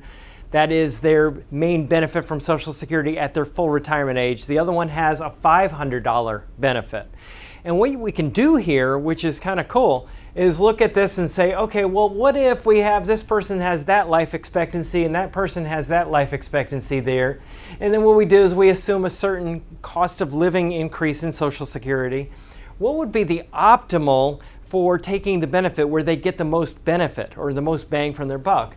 And where we see the star, that shows that we would have the best benefit. Now, this is one person filing at age 67, the other person at age 70. Well, a lot of people think, well, I retire, I have to take Social Security at the same time that I retire, and that's not necessarily the case. As you can see here, one may take it at one age and one may take it at another, even though they're the same age right now. Now, the other thing we can do is say, well, what if I took it early? What if I took it at this particular age right here, where one person's 65 and the other one's 65? You can actually see how much it could cost in benefits when we do this, we can see how much it might cost us and how much it might affect us negatively to do that. Now, the other thing we can do is we can play around the life expectancies, and we say, well, if this person lives to that age, now the cost is $187,000 in this particular example, taking it at that age right there. So you can see, based on your own life expectancy, and typically people will say, well, what did my parents live to, and come up with that type of data. So this is just part of the financial planning process that we use at Paul Winkler Inc. If you want to know more about what we do, you can get a free 15-minute phone call at our website, paulwinkler.com. We do financial planning, full financial planning. We do investing, education, and investing. We actually help people through those decisions, helping them set up their 401ks and those types of decisions, as well as risk management. But we don't get paid on commission. That's what makes us so different from other firms out there that do what we do. So if you want to find out more, go to paulwinkler.com.